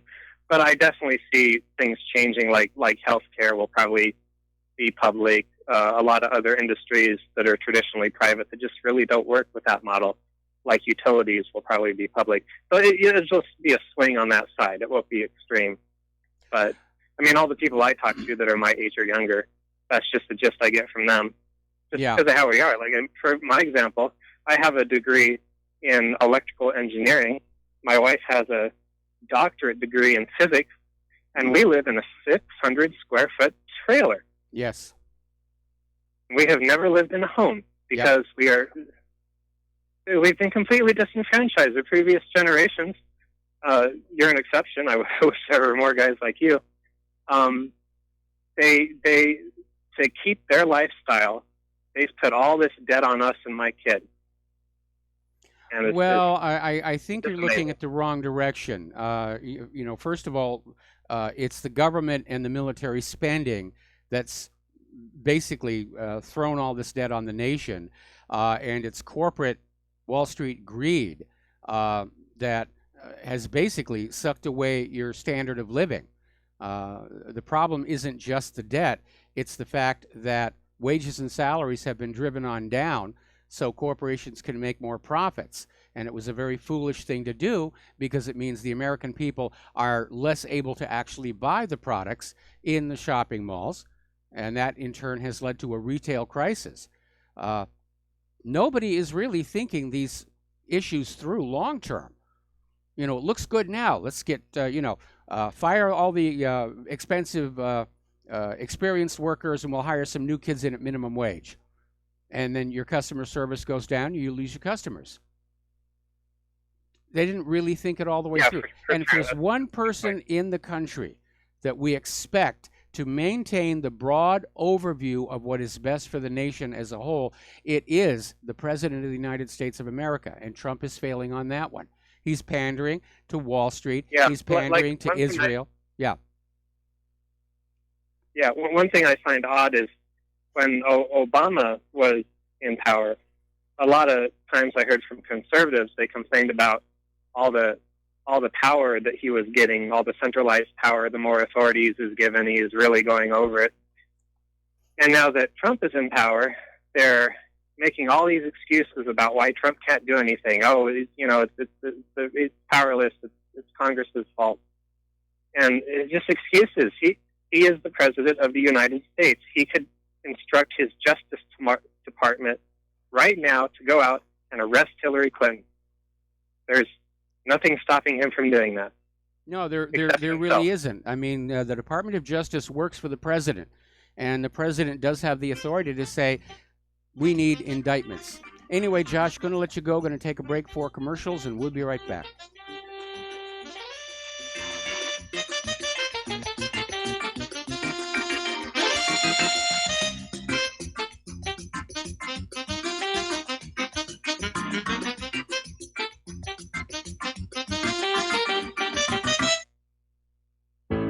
Many people write us about their experience with Extendivite. Allow me to read you some from Amazon.com. This product is superb. I have been taking it for about a year now, and I can feel my cardiovascular system run like a Swiss watch. I definitely recommend this product for anyone that has high cholesterol, high blood pressure, and heart palpitations, A+. It's potent, but it works. I have been waking up for the past 3 years with numb hands, and a week into using Extendivite, my numb hands seem to have cleared up. My circulation was off, and now it's back on track. So I'm happy. I feel so energized, and I have my husband on it now. My mother-in-law has cholesterol problems, so I bought her a bottle as well. Thank you so much. Love the product. Tell us your story. Get Extendivite today. Call 1-877-928-8822 or visit heartdrop.com. Extend your life with Extendovite. Folks, we're living in a world the likes of which we've never perceived any clearer than we do now. The plan for global governance has been in the works for generations and would have likely been achieved by now, but for the fact that the globalists left open their Achilles heel. With all their tools, Federal Reserve System, fiat currency, no child left behind, and then Common Core education introduced to our schools to dumb us down, vaccines, pharmaceuticals to lobotomize us, GMO foods, insertion of compromised or bought and paid for politicians, judges, mainstream media propaganda, all pieced together like a puzzle designed to ultimately bring the world under submission. But with all their strategy, they forgot one thing: knowledge. And knowledge is power. With knowledge, their bombardment is nullified. Folks, with that, as brilliant and knowledgeable as you've become, among the wisest audience of any radio audience in the world, and you are, I want you to take a moment to reflect and ask yourself, how much of that knowledge did I obtain from Republic Broadcasting Network? How high has my consciousness been raised since I've been a listener? How fast am I now able to discriminate truth from fake news by being a Republic Broadcasting listener? How clear am I now able to see the world since I've been listening to RBN? Ask yourselves those questions, folks. Then ask yourself, what is that knowledge worth to me? Like my morning coffee, how would I survive without it? A voice of truth in a sea of lies. Do we not all need to make sure it survives? Like public broadcasting, we are now finding we can only survive with listener support. Censorship, advertisers being attacked, truth itself being attacked. It's the only way through this. We at Republic Broadcasting humbly ask you to become a supporter. Look at your budget and make a determination of what Republic Broadcasting is worth to you and what you can afford on a monthly basis. Go to republicbroadcasting.org and pledge $20, $30, $40, $50, if possible, $100 a month or more if it's affordable. Click the donate button and become a regular monthly donor. Assure both us and yourself that Republic Broadcasting truth will continue to flow like that morning coffee. The network thanks you. When all this twisted steel was swept away, did these remaining holes reveal what's really happened? And aloha, America. Welcome back to our show. We're going to go back to the phones. Dave in Missouri, aloha. Welcome to the show. What's on your mind? Well, howdy, Mike. I hope you're having a blessed day. Well, thank you. You know, I just, my point, and I've made this before, you can't really just lay it on the Waltons from Walmart, the Rockefellers and their politicians, the Clintons and Bushes. Of course, they're going to do what they can to rip people off, to steal everything in sight. You know, there's never been enough. But it actually falls to the American consumer. And that's where the problem began. Because suddenly buying made in China from Walmart was more preferable than supporting your neighbor in your hometown's factories by buying those products, by supporting your children with the future in your hometown, or maybe your downtown, or any economic life in town. So actually, this falls to the individual. Because, of course, you know, you were talking about Wall Street. Well, yeah, they're going to always steal, man. That's what they do. These banksters, they're always going to steal. The American people used to have principles and values. That's been lost now for, what, are we going on 2 generations, maybe? You know? Well, I would say one generation. Don't know anything but McDonald's and made it. Yeah, I think you're right. The kids know nothing but buying McNuggets from Walmart and fall apart crap from Walmart. Or, you know, McDonald's and fall apart junk food. So it actually comes down to the individual. We will not have a nation if the people do not care enough to invest in its survival. Well, before its creation, its prosperity. That's my point. Okay, I need to cut on in here. I'm done. All right. It's overbroad to say this is all the consumer's fault for not buying American-made products. Because when you go into a store like Walmart, you are not given the choice of something from China versus something from the United States. And so, again, that puts the onus back onto Wall Street and corporate greed. Well, I'm totally with that, except the people lined up, you know, they abandoned their local hardware store, their local clothes stores, or shoe stores. They lined up to pay that money for that fall-apart junk, knowing they were going to destroy their local economies.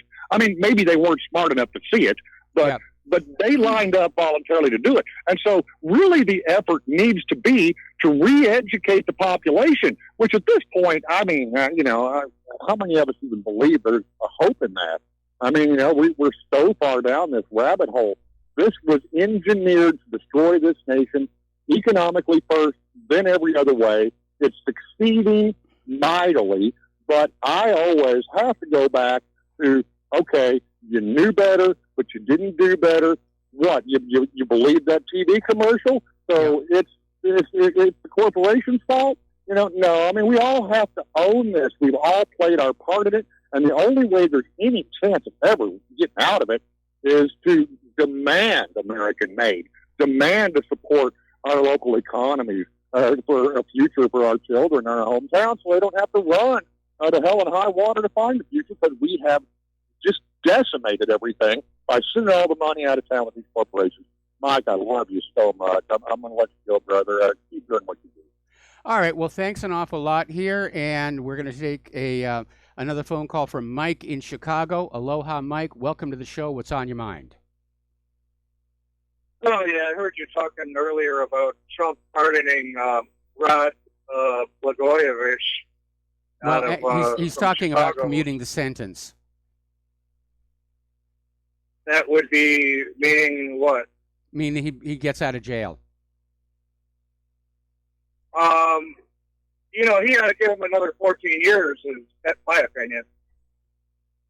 Yeah. But what did he do? He would, you know, his corruption, he sold Senator Obama's seat, and I think he was wiretapped, and I thought his wife was involved with some sketchy real estate dealings also. Yep. And, you know, furthermore, I thought the Clintons were involved with some type of real estate shenanigans. And what happened 9/11, there was a federal building that, stop me if I'm wrong, there was a federal building that was taken down, and a lot of evidence may have been destroyed. Yeah, that was Building 7. That was Building 7. It was it held federal offices. It had the emergency command post for the city of New York, and there were several high-profile corruption and stock manipulation cases where the files were in the offices of the SEC in Building 7. And yes, all that evidence was destroyed, and these people got to basically take a walk on what they had done. Right, and you know what makes a building collapse beside demolition that's planned and planned out and set up? Okay, Mike. Anyway, go to your break. That's all. That's all. Thank you for the call. That's all right. Fine. Thanks an awful lot. We're going to take a break here. We got more phone calls waiting on the other side.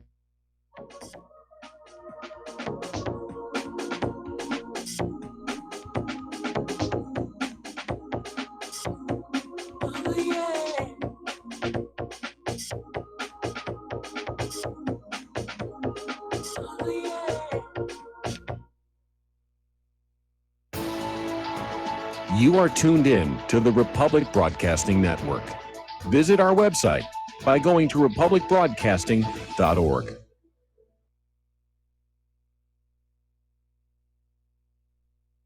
Homeowners, are you in foreclosure, expecting to be served with a foreclosure lawsuit, or suspect your lender has coerced you into an illegal mortgage transaction? A huge number of mortgages made in the last 10 years have legal issues and are possibly defective. State laws and the U.S. Supreme Court have upheld that defective mortgage documents are grounds for foreclosure defense and for counterclaims in favor of the homeowner. If your mortgage has been sold or assigned since closing the loan, it may be defective, and you may be paying the wrong party, and the lender may not have standing or the right to foreclose or collect payments under the law. If you would like to know if your mortgage is legal or not, or know if you are paying the right party, we can help. Our initial consultations are free of charge. We are not attorneys. We are legal researchers and work closely with experienced lawyers who know how to help you find the evidence to help you keep your home. Call toll free 1-855-2-KEEP-IT. That's 1-855-2-KEEP-IT today. Do you or a loved one suffer migraine headaches? Listen to what scientist Kurt Hendricks has to say. 35 million people in the United States suffer with debilitating migraines. If you or a loved one are one of them, you need to know about MigraLief. Hi, I'm Kurt Hendricks, the scientist that formulated and patented the MigraLief migraine formula. MigraLief is a non-prescription dietary supplement recommended by neurologists, pharmacists, and pediatricians to address nutritional deficiencies in both adults and children over 2 with migraines. Try MigraLief for 3 months and see the powerful difference it can make in your life, or get your money back, no questions asked. Go to MIG911.com or call 800-MIG-7354. You can change your life today. So if you suffer from migraines, don't wait. Call 800-MIG-7354. That's 800-MIG-7354, or visit MIG911.com. Without the right accessories, any guy can be off the mark. Whether you've invested thousands in your arsenal or you own a single trusted firearm, a visit to AROutfitting.com is in order. It's one of the finest online selections of tactical optics and AR parts and add-ons, like EOTech, quick target acquisition with no peripheral loss. Browse the full range of Nikon scopes and binoculars. AROutfitting.com can illuminate your world with Streamlight gun-mounted lights from keychain to large handhelds up to 1,100 lumens. Find some stability with Battenfield tactical bipods. AirOutfitting.com has CMMG gun parts, barrels, assemblies, handguards, part kits, and more, plus mag-full clips and magazines. I know I've got you excited, so take a breath. Head to AirOutfitting.com. The site's super easy to navigate and features a ton of technical info, including links to manuals. We also welcome vendor and manufacturer inquiries. Remember, if you don't see it, we can get it at AirOutfitting.com.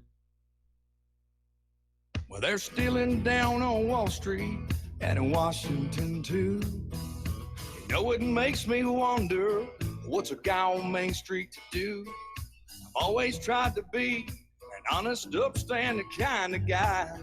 But I must admit lately, I thought about giving something else a try. Oh, I want to be a pirate. I want to sail the 7 seas, yeah, I want to be a pirate. I want to do just what I Anyway, welcome back to our show. And before we take some more phone calls, I got an email responding to the caller who was saying it's all the fault of the consumers. It's all blame them, don't blame Wall Street and everything. And the email goes, I don't know how it works in the U.S., but here in Canada, the big corporations like Walmart first went through the politicians in power and somehow got their permission to set up shop. We consumers were not, in fact, consulted on the matter. We were just informed that this decision had been taken. And I remember when Walmart was first appearing, there was a great deal of discussion that this was going to drive the small mom and pop businesses out of business. And that's pretty much exactly what has happened here. Okay, back to the phones here. Lenny in California. Aloha, Lenny. Welcome to the show. What's on your mind?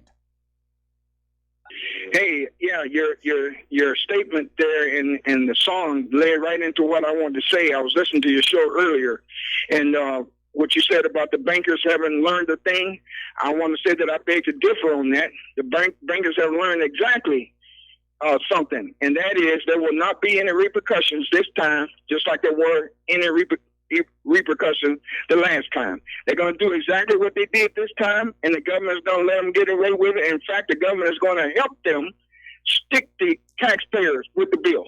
Yep. All over again, and the people, will not either. They will not be able to do anything about it, or they will choose not to do anything about it. Now that's up to them. Now, as for the tariffs that Trump put on the German luxury cars, okay, and I can see it now. All of the compartmentalized liberals that love to be compartmentalized on stuff like race and religion and sexual orientation, they always used to screaming Nazi, racist, Trump, but nobody, you're going to find this to be true. You worked in the place, right? Nobody drives such cars more than the so-called liberals in California. Am I correct about that?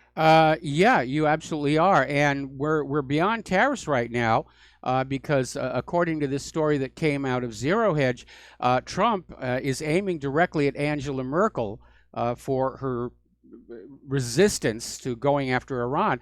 And Trump is preparing, according to this report, and it's from the German magazine Wirtschaftswoche, claims that Trump is going to impose a total ban on German luxury car makers from the U.S. market. So the price of Mercedes-Benz and BMWs just shot through the roof. And I say good, because if you're going to scream Nazi, then why not be totally anti-Nazi? Why scream Nazi and you're going to try and drive their cars? Well, right? hang on a second. Present-day Germans aren't Nazis. The Nazis lost World War II and ceased to exist. Yeah, I agree with that. I'm not saying that, but you understand what I'm going for. My thing is that you can't be a liberal to your convenience. That's all I'm saying. All right, but I know that. I know the present-day Germans had nothing to do with that, and they shouldn't have to be paying for something they didn't do. I agree. But moving on. Yes. I just want to say that I know, and I missed your show the last 2 days, and I had good reason to. But I just want to say that I don't know if you. I know you don't comment much on such things, but the Roseanne thing. Yes. I've never seen such, once again, hypocrisy in my life. All right. Yes. And I remember when Bill Maher called. I remember this when Bill Maher called Donald Trump a white monkey. Yep. Do you remember that? I remember Mr. that. Rivera? Nothing was said. Nothing was done about it. Okay. Now I want to speak to the black people. Okay, with their compartmentalized selves. What is it about you that you're so full of self-hate that anytime someone mentions the word monkey, you automatically think they're talking about you? And you got to jump up and scream up and down. What is it about you that you have been inculcated with such hatred of yourself that you automatically, when someone mentions that word, you think it's you? Well, okay, go ahead. You're done? Okay, because I have a comment about that. If you go up to a new baby And you can say anything to them with a smiling face, and they'll probably smile back at you, because we have to be taught to be offended and shocked by certain words.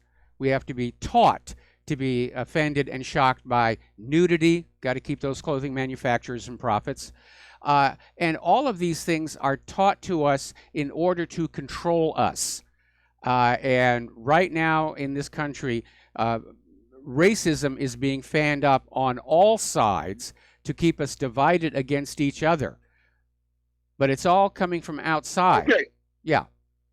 I agree. So we're taking each other right where I want to go to close this whole thing out. Yeah. And I agree with you 100% that all of this is being used to put the people at each other's throats so the people don't figure out who the real enemies are.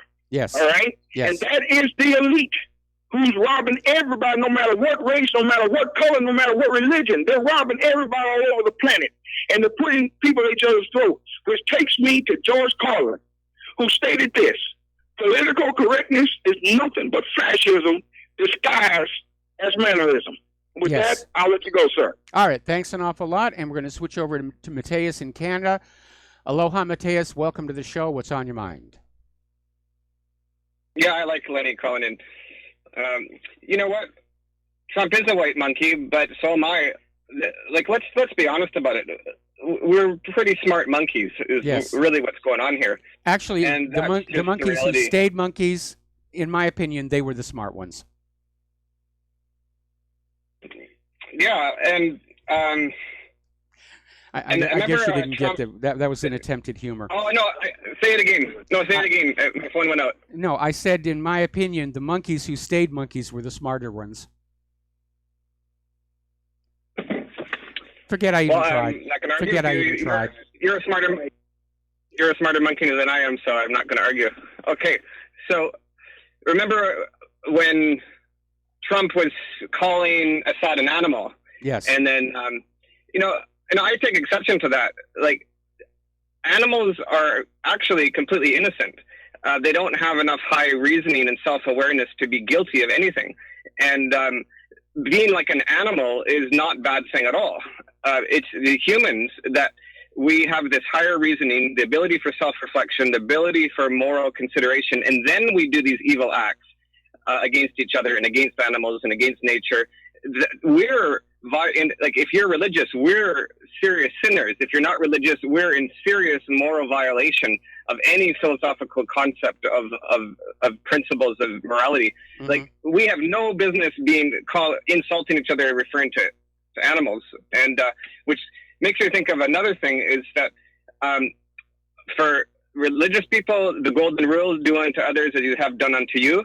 Well, the way that we're suppressing animals in the factory farms is somewhat similar to the way that the New World Order and the governments are suppressing the populations. They're calling us human resources. We're in these tax farms, and we're totally being fed chemicals. And Yes. it's almost like we're getting what goes around comes around. Or people that believe in karma or something like that. I mean, that's why I am vegetarian, is because I don't think we should be suppressing other species and then complain that we're being suppressed. But about that Walmart story, you made a good point earlier. Before you move on, because you're hopping all over the place here, I have a somewhat different view of the animal kingdom. And I don't see it as an absolute where humans have all this higher reasoning capability and are capable of certain kinds of thoughts, and the animals in general do not. I think it's a continuum. And I think that there are animals that are very close to us in intelligence and perception, like dolphins, dogs. Anybody who's had a dog and sees them twitching in their sleep knows that they're dreaming. So I do think it's not an absolute. Anyway, you wanted to talk about Walmart. Well, yeah, my cat of 18 years that totally was in love with me. It was so sweet. She died in my arms, and I was thinking back over her life, and she has never actually done anything wrong in her life, whereas I have made all sorts of mistakes in my life. And I did notice that there was a distinction that the animals are innocent. They can't do wrong. It's like like, anyway, the Walmart story is that what you made a good point a while ago, that one of the few legitimate purposes of government is to have the long view on our civilization and make decisions that we're unable to make for ourselves. So one of those kinds of decisions would be saying, oh, the long view, do we allow this big community buster, big box store to come in or not? And now, if you leave that up to the consumers, that's one of those decisions that we actually can't make for ourselves. Because if you ask me, for example, hey, Mateus, do you want to have treasury? Yes or no? I'm always going to say yes. And if you ask that to all citizens in a country, do you all want $100,000 of the treasury? We're all going to say yes. The treasury is going to go bankrupt, and it actually wasn't the best thing for the community. So some things you can't leave up to the consumer, unfortunately. We're just this smart monkey society, not that far removed from the animal kingdom. We're selfish, we're greedy, we have self-interest, we can't be trusted, we're corrupt with money, corrupts us. Well, So okay, that's you my know, response. I have a somewhat more positive view. And as I said, I don't see this as an absolute where humans are evil and animals are free of sin because they're not intelligent. Anyway, listen, got to let you go. Got a lot of stuff to cover in the news coming up on hour number 3 here right now. So thank you for the phone call. We're going to let you go. And yeah, kind of getting out there. Phone lines are open now. Let's get on back to the economy. So Donald Trump is out there starting trade wars with China, Europe, Canada, and Mexico all at the same time. The repercussions from this will be global. And it's going to immediately result in higher prices here in the U.S. for imported products. And the higher prices are basically paying the tariffs, which is another way for the government to impose a tax on us. It's another form of cash grab in the name of protecting the economy.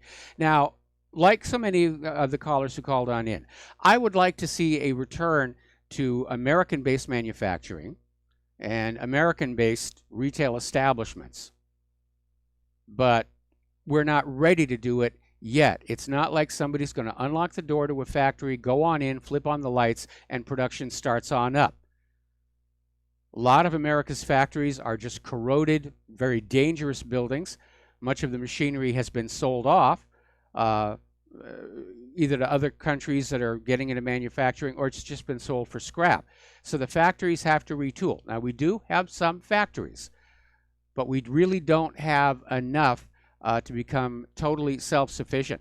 Our manufacturing is such an issue. Even the Pentagon is out there saying that in a full-on peer-against-peer war, having to rely on our own manufacturing domestically, we don't have the manufacturing strength to maintain the supply of war materiel. Deutsche Bank's stock has crashed to an all-time low, and Deutsche Bank has issued a statement basically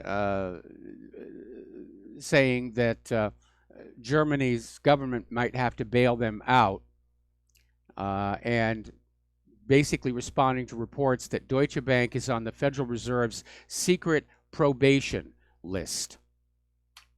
Deutsche Bank's been in a lot of trouble, and they've had a lot of their mid-level executives. Remember about a year and a half, 2 years ago, I think it was, a lot of their mid-level executives were dying under questionable circumstances, like falling off of parking structures and so forth. Article coming out of Asia Times: oil and gas geopolitics, no shelter from the storm. And when you're looking at the looming U.S. sanctions on Iran and more sanctions on Russia, it's going to cause an oil shortage. That, too, will drive up prices even more than they're already being driven up by the summer rush. Poor old Tesla can't seem to cut a break. Apparently, Bloomberg ran a story where a Tesla basically started driving on its own. The driver was actually outside the car, and the Tesla crashed into 5 parked cars in the Brussels borough of St. Giles on Tuesday. Now, at this point, this one is so bizarre. I have to ask this question. We know that cars that have Wi-Fi and Bluetooth and automated parking and so forth and so on can be hijacked remotely.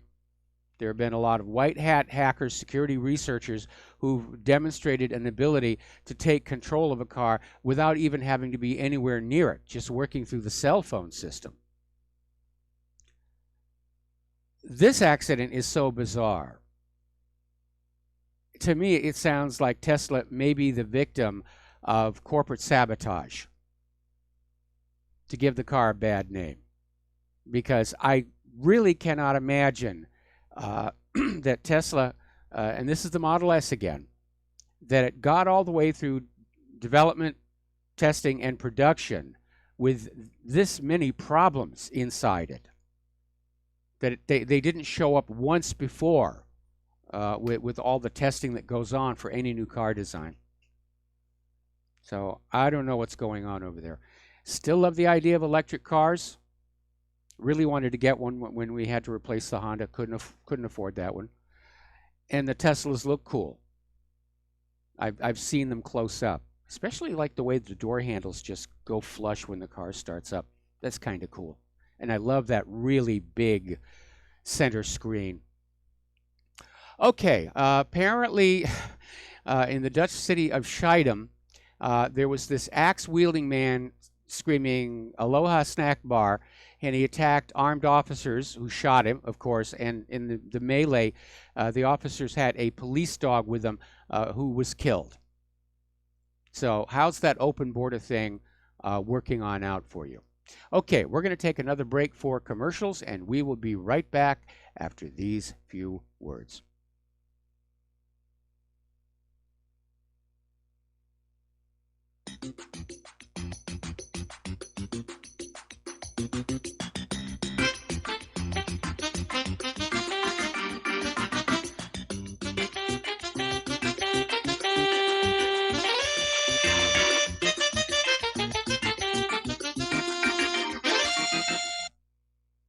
This is too good to be true, except this time it is real. 100%. No joke. How about a $25,000 membership to Front Sight Firearms Training Facility as a thank you bonus for a one-time donation to RBN of only $500? It is a Commander lifetime membership with no yearly fees or dues. The training is free for the rest of your life with over 50 different classes. Then leave it to your designated beneficiary. You provide the approved firearm, holster, ammo, eye, and ear protection. Many features and bonuses are included, more than you would ever expect or believe. This is the ultimate graduation present, wedding gift, etc., etc. See the details. Go to RBN's webpage and frontsight.com to make it happen. May 5th is the last day you will hear this offer on this radio network. Help keep RBN alive. Tell 5. Many people write about their experience with Extendivite. Allow me to read you a few from Amazon.com. My wife and I both use Extendivite and are very pleased with the results. It has helped to stabilize our blood pressure and to make both of us feel healthier. Good product and good buy. So far, so good. I've been taking Extendivite 3 times a day. Only a short while now, but already I've noticed the circulation in my hands and feet improving. They tingle. I like the idea of taking something herbal rather than pills. I take Extendivite 3 times a day, every day. I think this supplement has helped with my increased fitness regime and to lower my blood pressure. Tell us your story. Get Extendivite today. Call 1-877-928-8822 or visit heartdrop.com. Extend your life with Extendovite.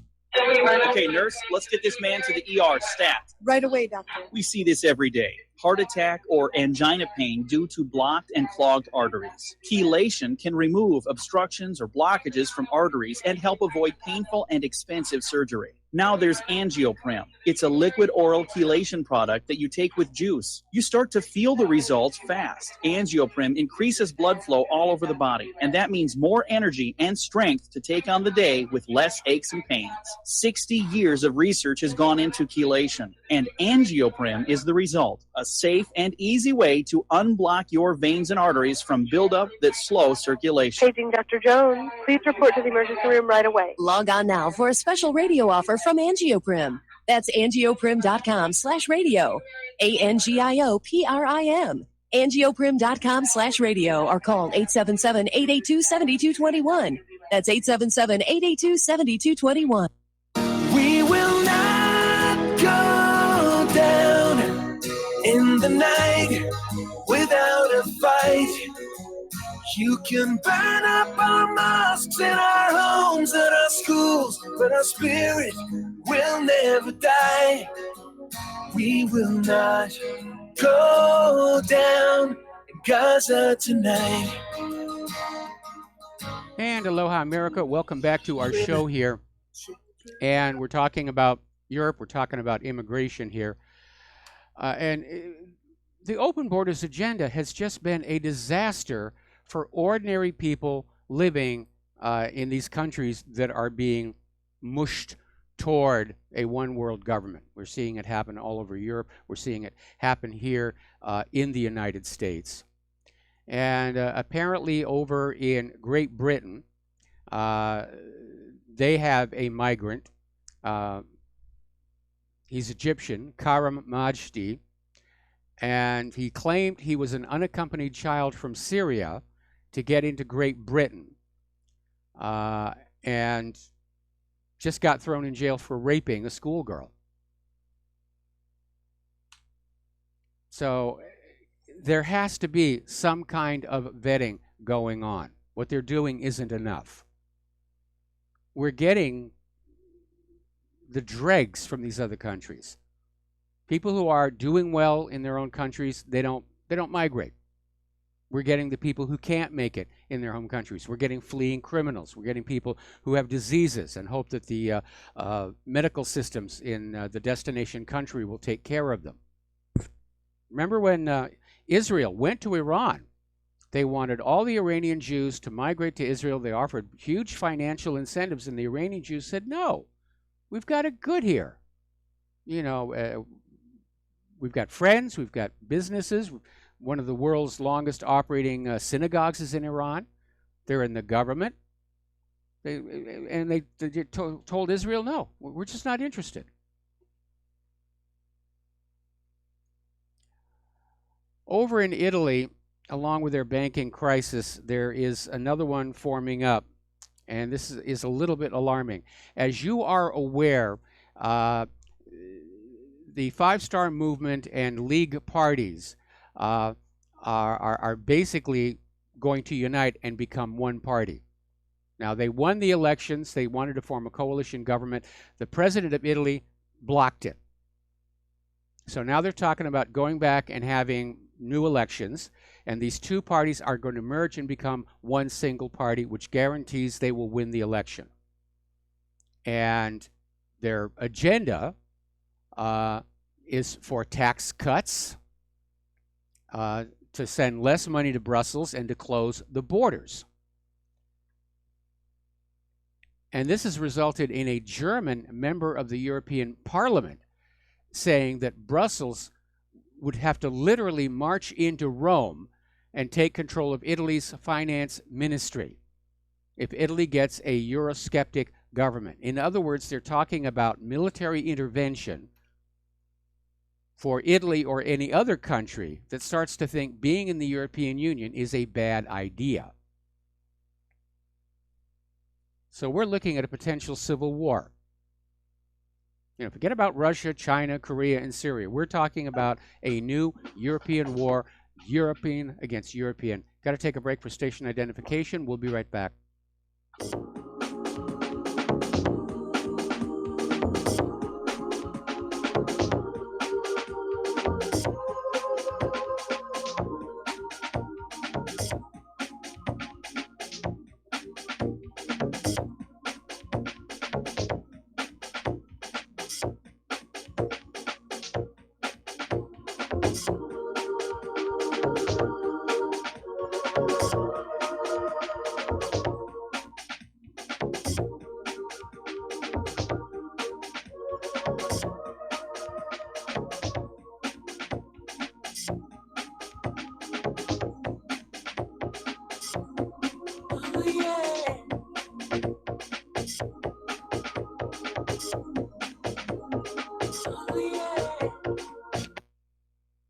Corporate media dominates the American opinion. Finding independent voices that counter this avalanche is becoming increasingly difficult. With the endless corruption running rampant throughout our government, independent voices are needed more than ever to battle the offensive against our freedoms and liberties. As a listener of RBN, no one understands this concept better than you.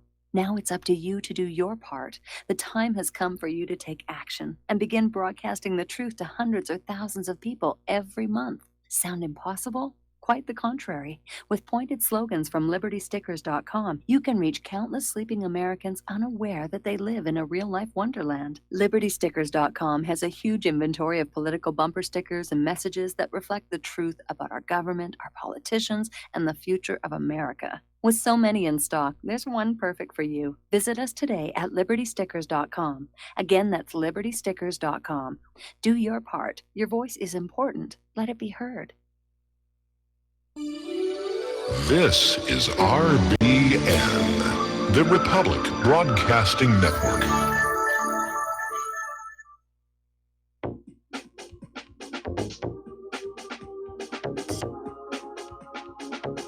What really happened with your host, Mike Rivero, because World War III is a really bad idea. Here is your host, Michael Rivero. And aloha, America. Welcome back to our show, hour number 3. The phone lines are open, 800-313-9443. Getting on back to Europe, as you know, Viktor Orban over there in Hungary is basically on the warpath against George Soros and his Open Society Foundation, which is really a front for pushing the one world government agenda. And Hungary is putting out proposals to hand out jail sentences to citizens caught assisting illegal migrants. And the legislation is called the Stop Soros Bill by Hungarian Prime Minister Viktor Orban. And basically, it's a good idea. The bill is saying that individuals or organizations that help migrants submit requests for asylum when they are not entitled to protection will be punished with up to a year in prison. I think it's a very, very good idea. I'm sure that Brussels is going to try and find some way, or George Soros is going to find some way to get that undermined. But public reaction to the open borders is building in Europe and here in the United States of America. Now, here in the United States of America, we already have laws that make aiding and abetting illegal immigrants a federal crime. It's under Title VIII. And it's very angry and frustrating for those of us who think that common sense says we should control our borders, that these laws are not being invoked. And that you have these sanctuary city, sanctuary state governors and mayors should be prosecuted under Title VIII, and Jeff Sessions sits there doing absolutely nothing. Okay, over in Great Britain, Soros is mounting a new campaign, Best for Britain, and they're out there on the offensive comparing Brexit to appeasement of the Nazis. That's how far out they are with this thing. Oh yes, Brexit is equal to the appeasement of the Nazis. You know, we've got to think what's best for Europe. We've got to be in a position to protect Europe. Anyway, they're trying to launch a second EU referendum.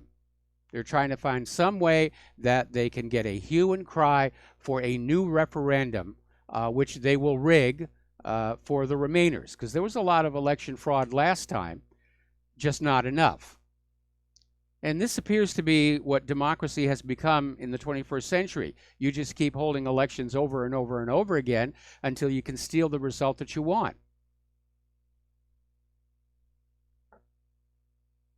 Now, one of the biggest Remainers basically has come on in, had a meeting with Guy Verhofstadt and Liberal Democrat, sorry about that, rented lips, member of the European Parliament, Catherine Beater, to discuss an approach to Brexit negotiations that are designed to be so tough that British voters would regret leaving and come knocking on the door to remerge with the EU. So that is their strategy. And unfortunately, as long as Theresa May is sitting there at number 10 Downing Street, they're probably going to get it because she continues to cave in. What Britain needs is a hard Brexit. Put some gates on that Channel Tunnel and just go. What's Brussels going to do? Invade?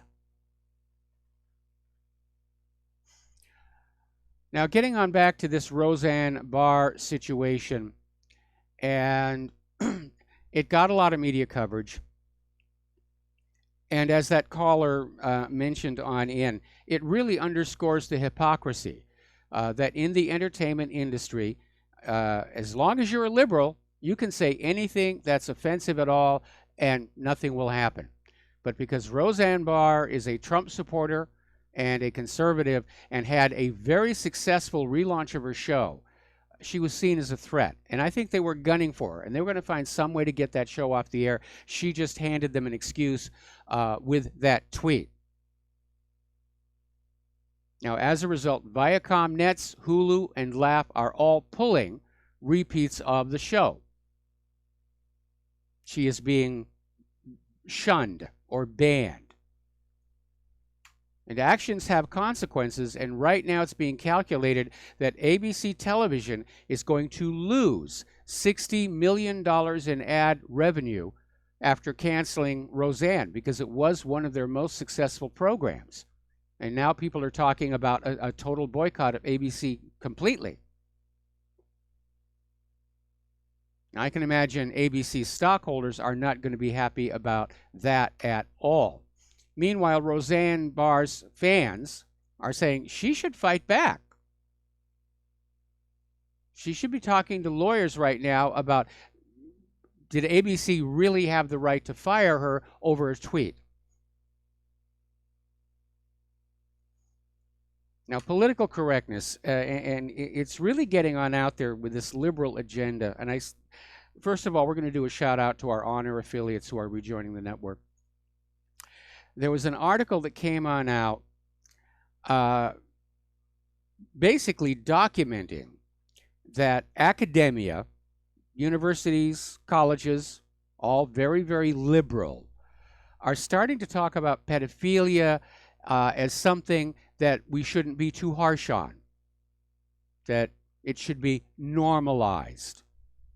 And one example they gave was this book came out in 1981, Perspectives on Pedophilia, published by Batsford. And apparently the book was edited by Sussex University sociology lecturer Brian Taylor. And Taylor, in this book, decries society's prejudice against child sex, that the public has this unfair stereotype that pedophiles are evil or sick people. Yeah, you think. And not too surprisingly, the contributors to this book, Perspectives, which was a collection of articles, were all pro-pedophile. And at least one contributor, National Institute for Social Work Director of Education Peter Wrighton, was later arrested and convicted of child sex crimes. Two of the contributors were members of Pedophile Information Exchange, which is a British pro-pedophile activist group. Now, I'm a pretty, casual guy. When I was younger, I was a wild child. But as I've said many times before, I have some very strong instincts about children. Paternal ones, protective ones. And I think this idea of trying to normalize child sex does cross the line. Now, when you're talking about people who are gay or bi or transvestite or whatever, you're dealing with consenting adults. The reason I think this stuff goes over the line is because children are too young to understand what it is they're being asked to consent to. And a lot of people are going to say, well, it's not really the sex, it's about the power, and I understand that. But the thing is, once you drag a child across that line from their innocence, they never get it back. You're forcing the kid to become an adult way, way, way too soon. Our society is already doing that in a multitude of ways, encouraging them to grow up and become consumers as quick as you can. And I have the opposite view. I think kids should be allowed to stay kids for as long as they can. They'll grow up eventually. Unless they go into politics, then they stay children.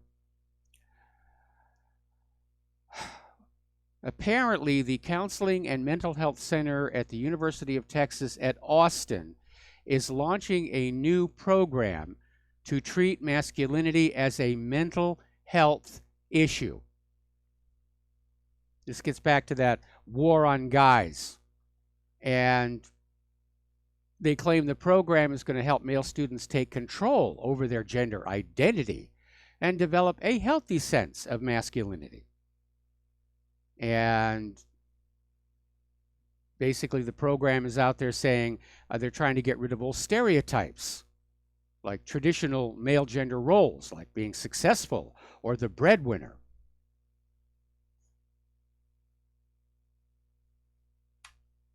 It really is getting a little silly out there. There's been a new update from the Las Vegas shooting from the Mandalay Bay, and it turns out once again that information was being withheld from the public. Apparently, logs from the Mandalay Bay reveal that Stephen Paddock actually had 3 different women up in that room. The women's names have not been released, but apparently he did have company there. 3 women in the room. Remember, originally they said, oh, he was all alone. There was nobody else there.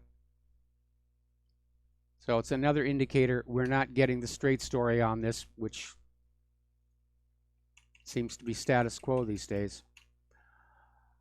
Here's an interesting little story. Apparently, 2 police officers in Paterson, New Jersey, were sent to a local hospital because of reports of a man who attempted suicide. And the man threw an object into the hallway at the police, and he insulted one of the cops. He was in a wheelchair. The officers grabbed the man's wheelchair, punched him in the face, pushed him to the ground, and beat him so badly he needed surgery. All right. So let's talk about computers and other such stuff going on right now. Facebook is apparently building a $750 million data center sitting right next to the NSA data center in Utah. And a lot of people are scratching their heads and saying, why that particular location? I mean, the local community was already upset with the NSA because that building uses so much water for cooling. It's actually created conditions of shortage. And now Facebook is building their new data center. And I wonder what it is Facebook plans on storing there. They're obviously getting ready to store a huge amount of information.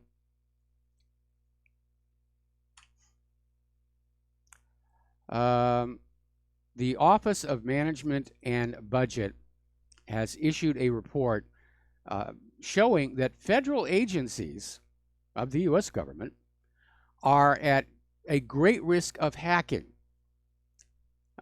because security practices are not being followed, passwords are not being changed on routine. It's just very sloppy work, and every time there is a major breach, it tracks back to that. Somebody wasn't doing what they should have done. And so the Office of Management and Budget is out there saying, well, you know, hackers could get on in and get all kinds of valuable data. Yeah, they could.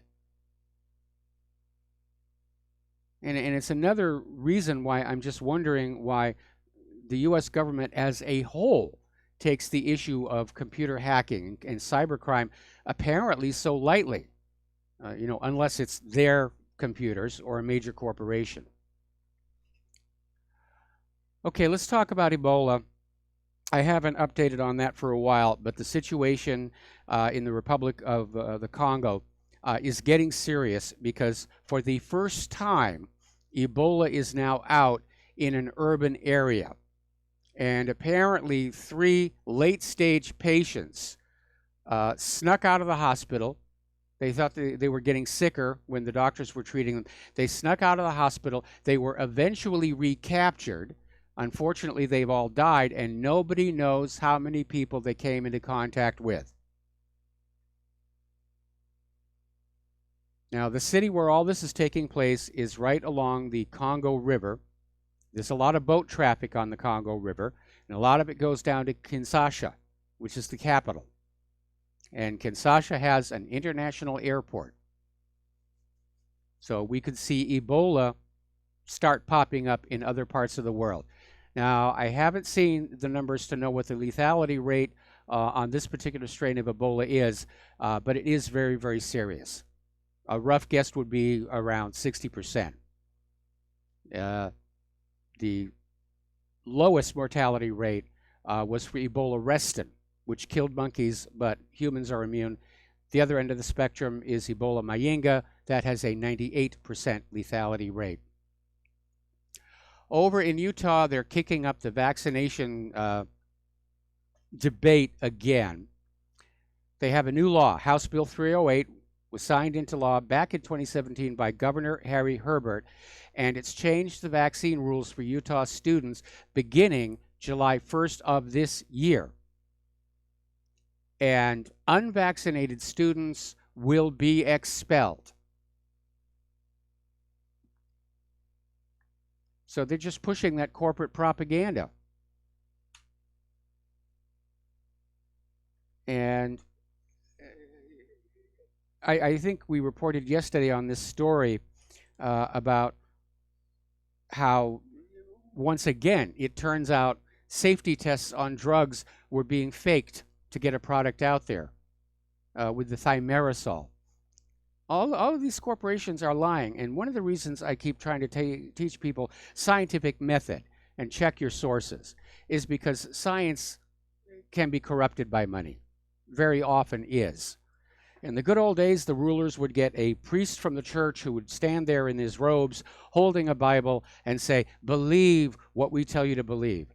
And these days, because religion is on the wane for the most part, they've switched to using scientists who will stand in front of the people wearing a white laboratory coat and holding a clipboard and saying, "Believe what we tell you to believe. Vaccines are safe and effective. GMOs can't hurt you. The world is warming through human activity," and so forth and so on. So being skeptical is a good thing. And I'm very concerned, I've mentioned this before, that our current education system doesn't appear to be teaching kids how to think, how to analyze, how to use logic, how to work things out for themselves. Looking at the Common Core curriculum, it's just more of the same thing. Believe what we tell you to believe, and all will be well. Okay, apparently Trump is trying to do something about prescription medications, and he's on the warpath against pharmaceutical corporations who are trying to block generics so that they can jack up prices and cost the American people and insurance companies a lot more money. Now, if you're lucky enough to not be on prescription medication, what I mean by generics is when a pharmaceutical company comes out with a new product, it gets a patent. The patent has a finite lifespan. And when the patent expires, other companies can now make that same medication at a much lower cost because they're not amortizing the R&D costs. And these are what are called the generics. There's still the brand name drug available, but the generics generally cost less. Well, the pharmaceutical companies are starting to think like the Walt Disney Corporation. Remember when Walt Disney got the copyright laws changed so that the copyright on Mickey Mouse lasts forever? Well, the pharmaceutical companies are trying to do the same thing. They want the patents to last forever. They want the generics to go away. They want to be able to maintain a market monopoly and charge whatever prices that they want. And we've seen all of these scandals about things like the EpiPen, where we find out it's actually very inexpensive. The pharmaceutical companies are just charging what they think the market will bear. So Trump appears to be doing something about it. And the FDA has posted a list of pharmaceutical companies that makers of generics allege refuse to let them buy the drug samples needed to develop their products. So, once again, gouge the people, gouge the people, gouge the people, gouge the people. Okay, we're coming up here on another commercial break. The phone lines are open, 800-313-9443. And when we come back from this commercial, we'll be updating about our volcano because things are rocking and rolling down there on the Big Island. We'll be right back.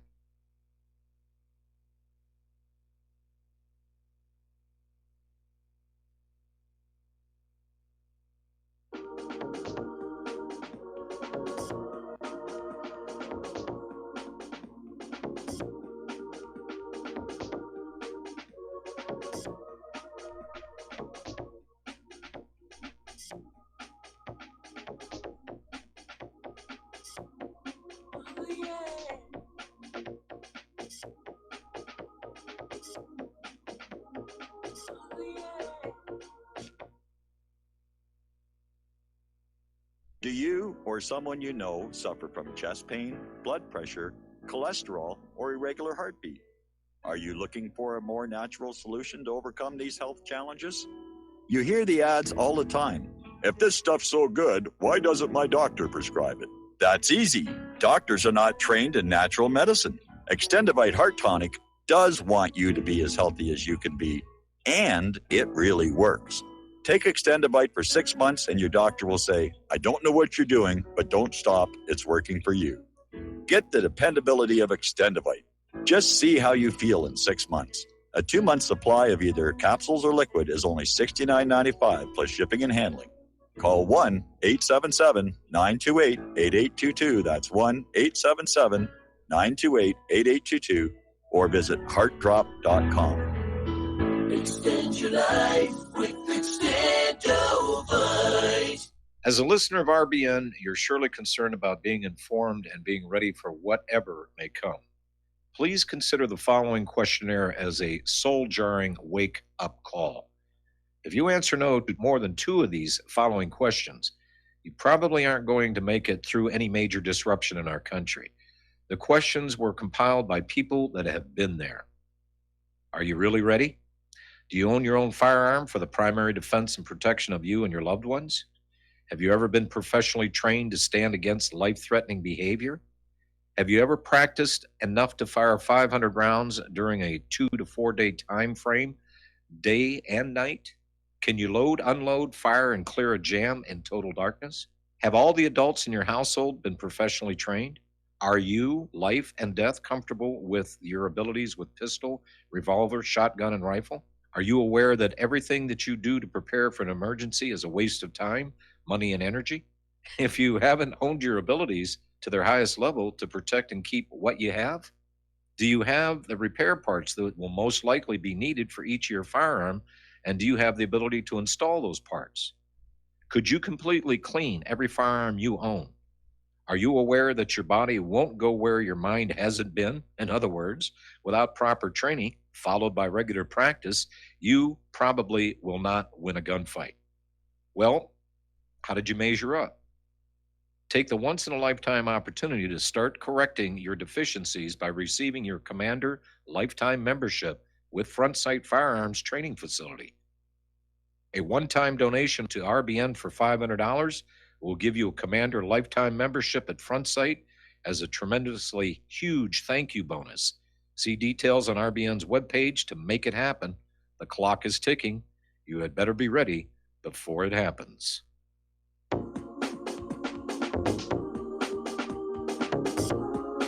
What really happened with your host, Mike Rivero. Join Mike on the air. Call toll-free 800-313-9443. 800-313-9443. And aloha, America. Welcome back to our show. And we're going to spend a little time talking about the volcano going off on the Big Island. Overnight, there was a 4.5 quake at the Kilauea crater itself. And they're basically clearing the area out and saying, you need to get out. It's pointless to stay here. There are going to be more earthquakes. There are going to be more lava flows. Some of these lava spouts are like 200 feet high. And as we reported earlier, if you get hit with some of the spatter, it weighs as much as a refrigerator, and it will break bones. It's an active volcano. What are you doing there? And by the way, it turns out that's become a real problem. I mean, despite all the talk about, oh, it's going to harm tourism, it's going to harm tourism, apparently a lot of people have gone down to the Big Island trying to see the volcano erupt, which it is an amazing thing to see, and they're going past the safety barricades. And so the Hilo police are down there writing out tickets and chasing people back up. But there's a reason those safety barriers are there. And it's a very dumb thing to do. And even when we're not in the middle of a big eruption, every year we'll lose about 12 tourists into that volcano because they think it's cool to hop over that rope and, hey, that ground looks just as solid as the ground I'm standing on right now.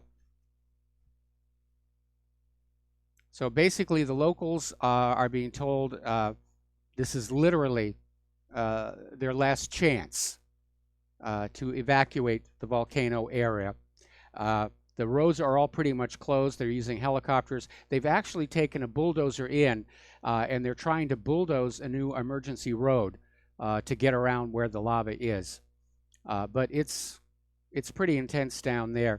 A lot of concern about air quality, not just the lava issue, but the sulfur dioxide, the effluents coming out of the ocean when the lava pours in there, which is happening on 3 different locations right now.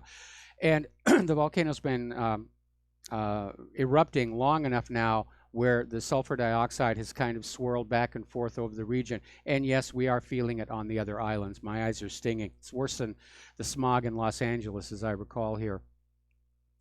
But apparently the lava is still moving very slowly toward the main power facility at the Puna geothermal plant. It's already engulfed one of the wells. So far, no explosion. The big problem is the property damage. And I think something like 80 homes total have been destroyed, along with the obvious environmental damage here. And it's kind of interesting to see the global warming people ignore the fact that when a volcano like Kilauea erupts, it's putting out far more greenhouse gases than human activity ever could. But they want to blame you. They want to guilt you out of money and stuff. Let's see. Lava flow destroys 12 more homes. Kilauea volcano continues exploding. And I was looking at the Hawaii earthquake map, and yeah, there's still a lot of seismic activity up there. And again, on Oahu, we are safe unless one of these quakes shakes loose a big chunk of the island and it falls into the ocean. And then depending upon how big that chunk is, there could be problems for the other islands in Hawaii, possibly the entire Pacific Rim. It is a reality. It has happened to Hawaii before in times long past. And we do know that the area below the rift zone is actually loose. And during big quakes, it does shift. But thankfully, Kilauea is, well, all the Hawaiian volcanoes are shield volcanoes. They're relatively flat, shallow. And so things tend not to slide without being given a good motive. Mostly what happens is you'll have lava form and congeal out over the ocean in what's called a bench. But it's got no support underneath it, and then the bench breaks off, and that can cause a tsunami. I think they had one of those happen back in 1981. So the tourism board, despite having to write tickets for fools who are down there saying, ooh, we get to see a volcano close up, the tourism authority is now out there saying that, yes, people are hearing all these terrible things, but you need to remember the volcano is only happening on this remote part of the Big Island, and the rest of the island is safe to be on, and the rest of the island chain is safe to be on. And so they're out there trying to basically prevent this volcanic eruption from trampling Hawaii's already very weak tourism industry. So I imagine right now, for those who want to come out here for a summer vacation, you can get some real good deals. Things are priced to move here. Oh, one more piece of idiocy that we've got to deal with here. Somebody actually started an internet meme about toasting marshmallows on the Hawaii volcano, to the point where the U.S. Geological Survey has literally had to come on out and issue a warning. No, you do not roast marshmallows on the Hawaii volcano. There's two very good reasons. One, it's really, really hot. And two, the gases coming out of the lava would make the marshmallow, if it didn't burn to a crisp, highly toxic to eat. Where do people come up with this stuff? We got to take a break here for commercials. Do call into the show, 800-313-9443. We'll be right back.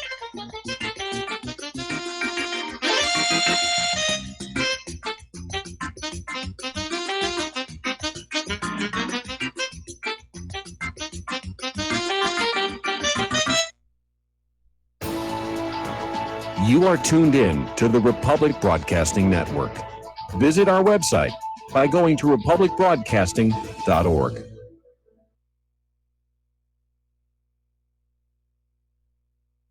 Do you worry a lot? If you're forgetful, nervous, moody, or overwhelmed, chances are you're not protecting yourself from the ravaging effects of stress and anxiety. No matter the cause, ongoing stress and elevated levels of the stress hormone cortisol can rob your memory, your health, your quality of life, and your future. Now you can combat the effects of stress and anxiety while improving your memory and recall at the same time with the dietary supplement Calm and Clever. Studies show that the ingredients in Calm and Clever reduce cortisol by as much as 30% in as little as 1 to 2 weeks and increase your ability to recall facts, names, and numbers in 4 to 12 weeks. Calm and Clever was created by scientist Kurt Hendricks, a principal investigator in 2 NIH-funded studies on Alzheimer's disease. Try Calm and Clever for 2 months. You'll feel the difference. Call 1-800-758-8746 or go to calmandclever.com.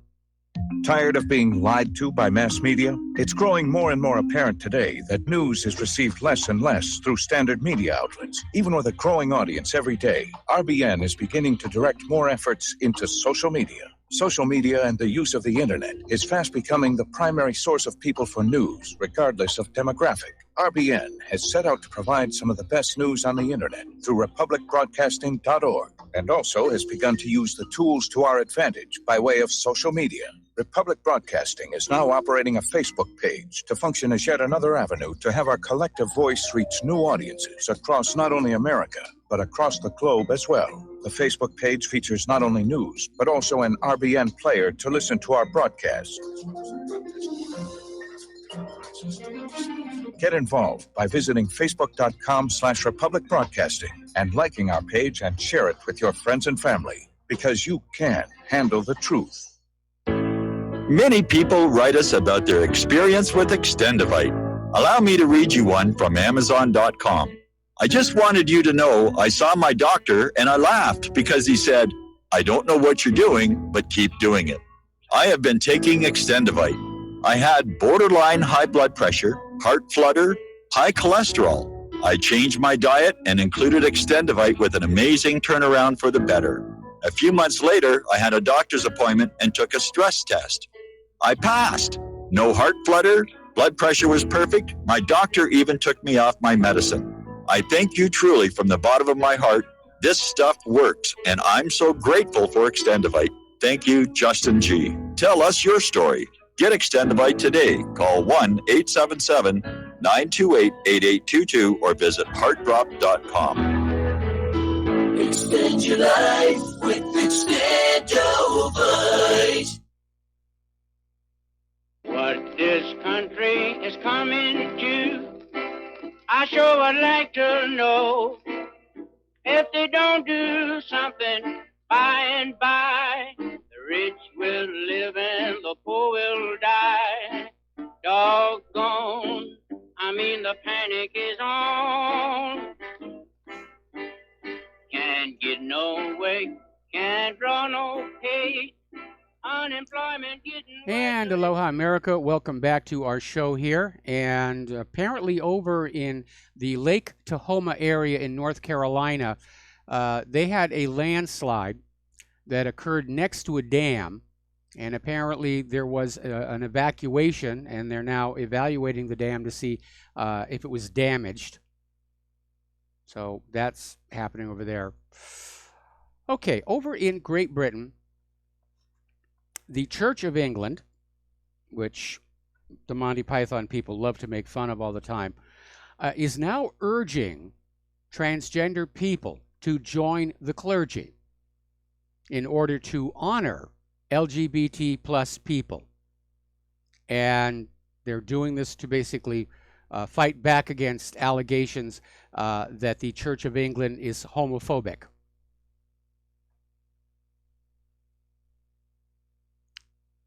Now, we're going to go ahead and take a phone call here. Steve in Oregon, aloha. Welcome to the show. What's on your mind?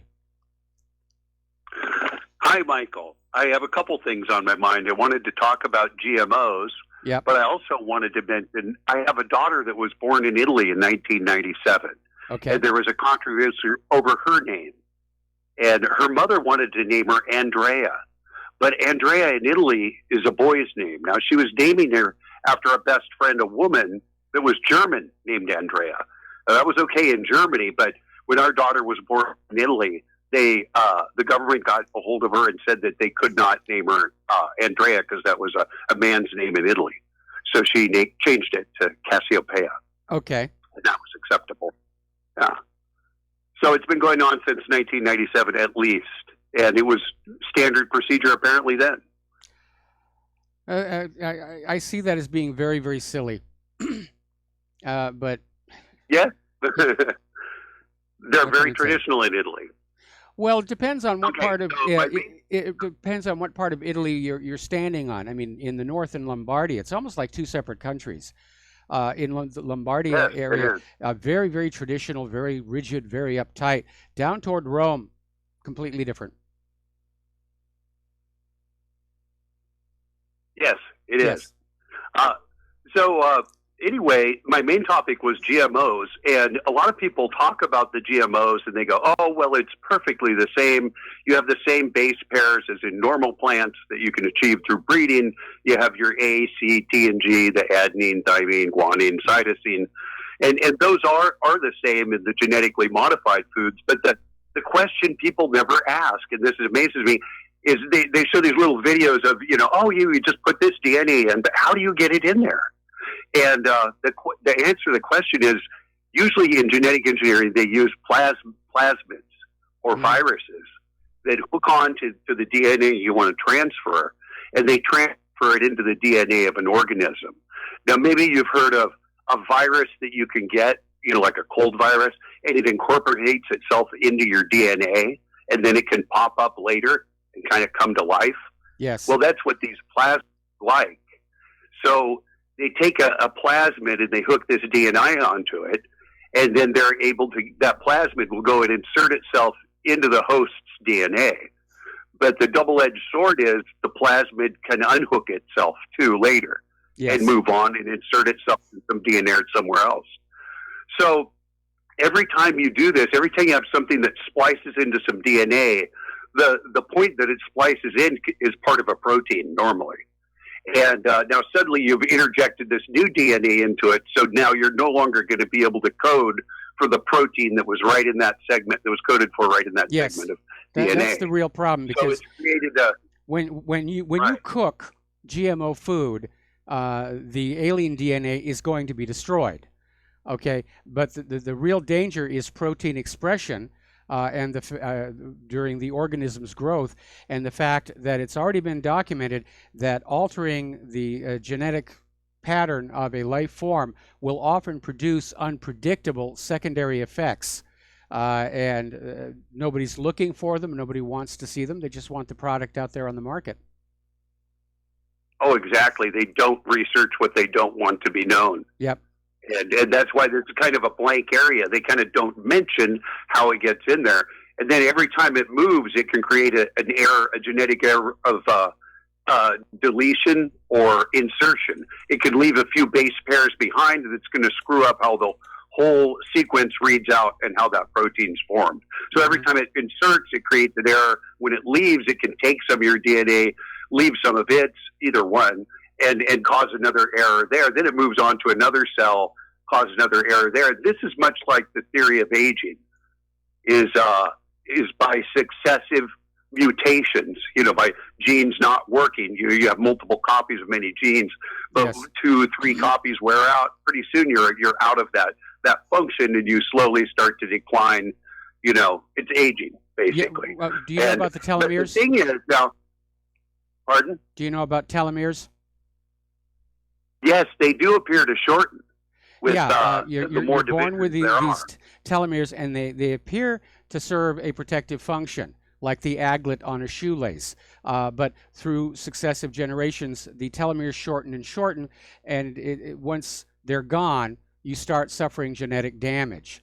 Now, they've been trying to play around with ways to restore the telomeres, but so far it doesn't seem to work in people who lost their telomeres naturally, only in the lab animals where the telomeres were sheared off artificially. So it's a long way off, and of course, if somebody did find a fountain of youth, you can rest assured we'll never know about it because of the population problem. Oh, yeah. We'll just have some incredibly wealthy people who never seem to age. Yes, aren't we starting to see that now? Yes. And but I did want to point out that some of the DNA does survive digestion, and they'll have so some of these plasmids can survive it. I think you mentioned it on the show before because you said now they're finding some gut bacteria that have the GMO DNA in them intact, right? You mentioned that, I believe. No, we were talking about how the glyphosate that works with the Roundup Ready corn is destroying the gut biome, right, and is likely the cause of a lot of chronic medical problems that have just shown up lately, like Crohn's disease. Sure. And there's a big connection between the gut and the brain. It's a big extension of the nervous system into the gut, too. That's been linked to a lot of other things with dementia and so forth. But some of the DNA does survive into the gut, and they've found in gut bacteria, they've actually found sequences of GMO stuff.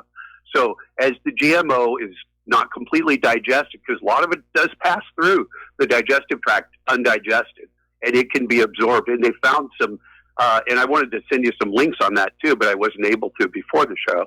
But they found the sequences of GMO DNA in the gut bacteria. And so it's transferred there. Like the plasmid has remained intact enough where it's transferred to the gut bacteria, right? So I'm thinking if it transferred once from the GMO food to the gut bacteria, apparently those vectors are still active, those plasmids. And then what's to stop it from going the next step and transferring then to your cells? Well, the good news there and begin to cause this damage. The good news is there that the use of plasmids is on the wane right now, and everybody's shifting over to what's called the CRISPR technology that is using RNA to basically work with the DNA, and that actually is a much closer mimic to the way it works in nature than using the plasmids, because RNA is what transmits genetic information to and from DNA in nature. Mm-hmm. Yeah, scary for me because I see it as getting in the food and some's not completely digested, and then it's going to get in me either way. So I try to avoid GMOs at all costs. But well, thanks for the airtime. There are good reasons to avoid GMOs here, but we do want to keep the science kind of on the up and up here. And let me just do a quick search here. Yeah, these things do get into the wild. Look at transgene escape. Yeah. That's where it escapes intact into other plants in the surrounding area. Mm-hmm. Well, apparently, according to this, DNA basically is destroyed at temperatures above, cooking temperatures, 170 degrees. Mm-hmm. So. Yeah. Okay. Cook it well. yeah, cook it well. Absolutely, okay. Cook it well. All right, All Steve. right. Thanks an awful That's lot. right. we're going to let you go here. Interestingly enough, we're still following this story about this transgender boy who's being allowed to compete in the girls' state wrestling. And of course, she has an advantage and has won the girls' state wrestling title for a second time. And the parents of the other members on the team are very upset. And I'm in agreement. This is inappropriate. There are physical differences between boys and girls, men and women, and simply saying I identify as the other one is not going to change that. And that's the reason we've always had a separation of sporting events by gender, because overall men are larger, stronger, and faster than the women. So it only makes sense. Over at Virgin Galactic, they've had a second powered test flight of their VSS Unity space plane. This is the one that has a crew of 2 and room for 6 passengers that is going to take some very well-heeled tourists up to the edge of space. And yeah, I'd go for it if I had that kind of money. But they've now had 2 powered test flights. It was taken up with its carrier and drop launched. So it seems to be working really, really well. Now, speaking of aircraft, interesting little story out of Louisiana. There's a televangelist named Jesse Duplantis. And apparently last week he asked his followers, or rather told his followers, that God said they should buy him a new private jet, specifically a Dassault Falcon 7X, which costs about $54 million. And a lot of people said, wow, that really is a lot. And Duplantis basically went on to say, if Jesus were alive today, he wouldn't be riding a donkey. So there's a little bit of greed run amok here. Or maybe I'm in the wrong line of work here. What can I tell you? If you are a spam lover, that's the meat, not the emails. And of course, spam is like part of our local culture. There has been a recall issued for 228,000 pounds of spam. It's been contaminated with pieces of metal.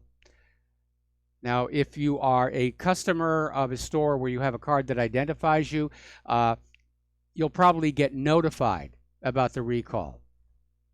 But if you're not sure, just be very, very careful. But that's obviously some machine that was packaging the product was grinding itself up at the same time. Interesting little story. Remember Hurricane Sandy? And there was a lot of flooding and a lot of damage, mostly because the storm drains hadn't been cleared of dead shrubbery and other stuff. There was this real estate sign that washed away from the shores of New Jersey. It just showed up on a beach in France and was discovered by a backpacker. And so, yeah, things drift around the ocean a lot. I remember when they were still landing those external fuel tanks off of that away from the space shuttle launches. Claire and I would go beachcombing, and I always had my eye out for little styrofoamy looking things from the insulation. Never found one, though. All right, somebody just posted a member story about how Charlie Manson, his motive for wanting to bring about Helter Skelter, he wanted to kill humans to save the earth.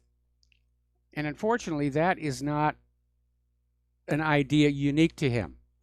I've seen a lot of these earth firster people saying, oh, there are way too many human beings. We've got to get rid of the human beings.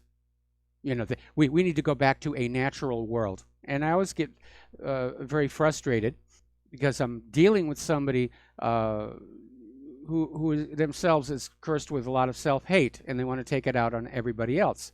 And I resent the implication that human beings are not a part of nature. I'm part of nature. Claire's part of nature. You're part of nature.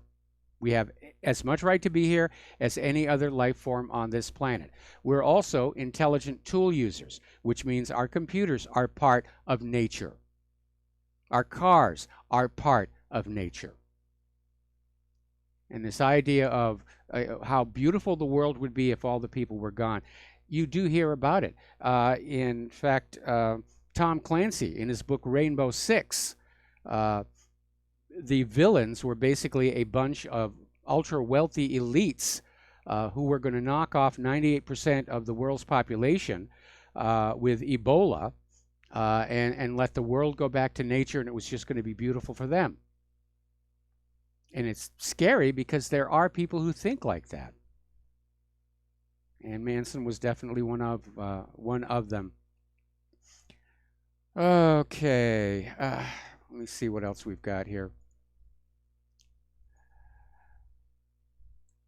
A lot of economic news here. They're still talking about Ambien relative to Roseanne Barr saying that was the reason she tweeted what she did, which I think she was just trying to make an excuse and maybe get ABC to reverse the cancellation.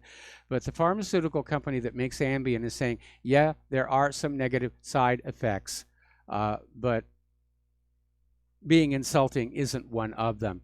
But then, as that caller mentioned the other day, Roseanne Barr is a comedian, and she's used to basically saying outrageous things. So I'm very concerned that we are, in fact, turning into a nation of prescription druggies, and that it is affecting our behavior, and especially for people who are on multiple medications. Next time you see a pharmaceutical commercial, just listen to that disclaimer at the back end of it, and you'll see what terrible, terrible products are being marketed. We'll be right back with the last segment of today's show.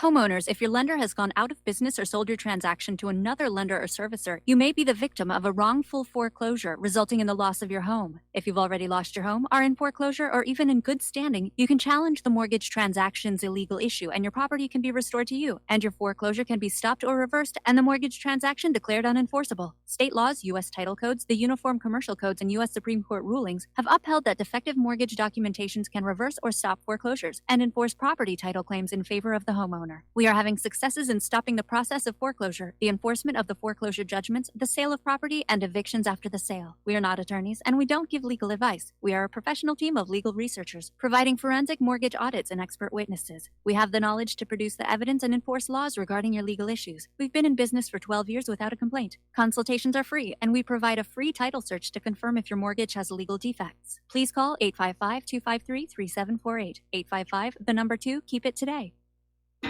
Without the right accessories, any guy can be off the mark. Whether you've invested thousands in your arsenal or you own a single trusted firearm, a visit to AROutfitting.com is in order. It's one of the finest online selections of tactical optics and AR parts and add-ons, like EOTech, quick target acquisition with no peripheral loss. Browse the full range of Nikon scopes and binoculars. AROutfitting.com can illuminate your world with Streamlight gun-mounted lights from keychain to large handhelds up to 1,100 lumens. Find some stability with Battenfield Tactical Bipods. AirOutfitting.com has CMMG gun parts, barrels, assemblies, handguards, part kits, and more, plus mag-full clips and magazines. I know I've got you excited, so take a breath. Head to AirOutfitting.com. The site's super easy to navigate and features a ton of technical info, including links to manuals. We also welcome vendor and manufacturer inquiries. Remember, if you don't see it, we can get it at AROutfitting.com. So, you love talk radio? Then you'll love TalkStreamLive.com. TalkStream Live is always on, 24/7, with the best streaming talk shows. Find your favorite talkers and discover some new ones. It's free, readily available online or on mobile with any smartphone or tablet. Finding your favorite talk shows all in one place has gotten a whole lot easier. Just go to TalkStreamLive.com. Be sure to download the free apps from Google Play or the iTunes App Store. Do you or a loved one suffer migraine headaches? Listen to what scientist Kurt Hendricks has to say. If you are one of the millions of people who get migraines, you need to know about MiGrelief. Hi, I'm Kurt Hendricks, the scientist who created MiGrelief, the patented dietary supplement that addresses nutritional deficiencies in adults and children with migraines. Thousands of physicians and pharmacists recommend MiGrelief. Call 800-MIG-7354 or visit MIG911.com.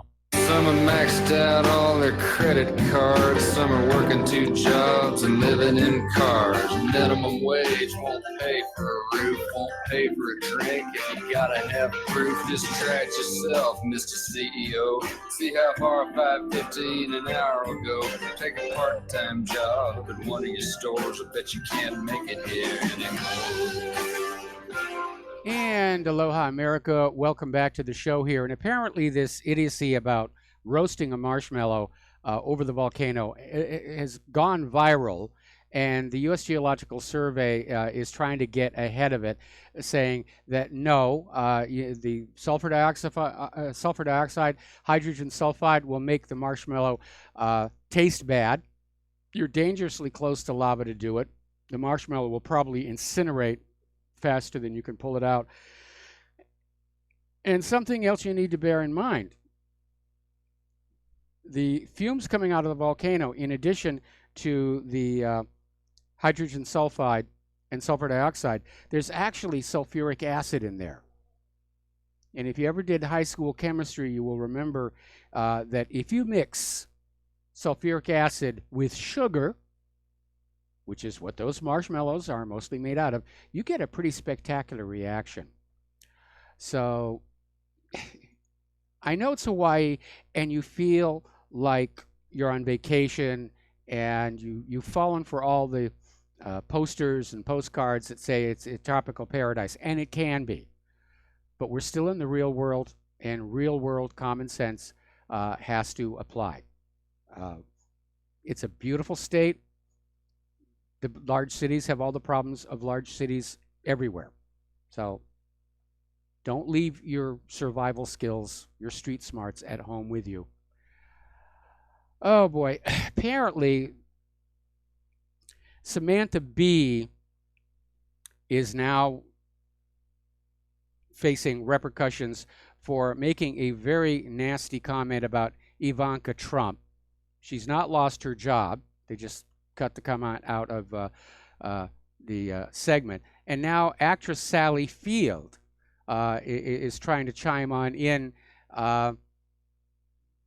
supporting Samantha Bee. And unfortunately, the language involved is so colorful, to put it delicately, I can't repeat it on this radio, or our on-air affiliates would lose their broadcasting licenses.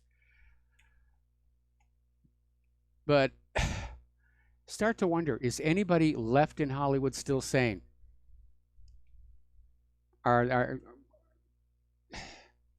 Everybody's got such a thin skin. Somebody just posted a flashback to 1985 when Don Rickles was at Ronald Reagan's second inaugural.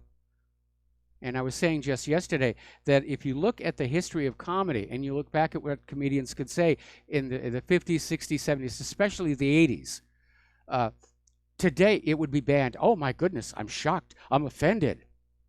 And again, it's another way to try and trick us into a self-imposed censorship. So we've got to grow a thick hide. We've got to buy a helmet, and we have to go back to speaking what's on our mind. Which reminds me that I need all of you to take what you learn at Republic Broadcasting and whatreallyhappened.com and share it with everybody that you know. Because they're not going to get it on the corporate TV news. So, coming up here to the top of the show, and stay tuned for John Stadmiller. I'm sure that, okay, there's a technical error there. The music will be coming, and stay tuned for John Stadmiller. He's got a lot of interesting things to share with you. Please remember that the Front Sight Training Academy program ends this week. As of the weekend, it's going to be gone, and it will not be coming back. So see you all tomorrow. Aloha, America.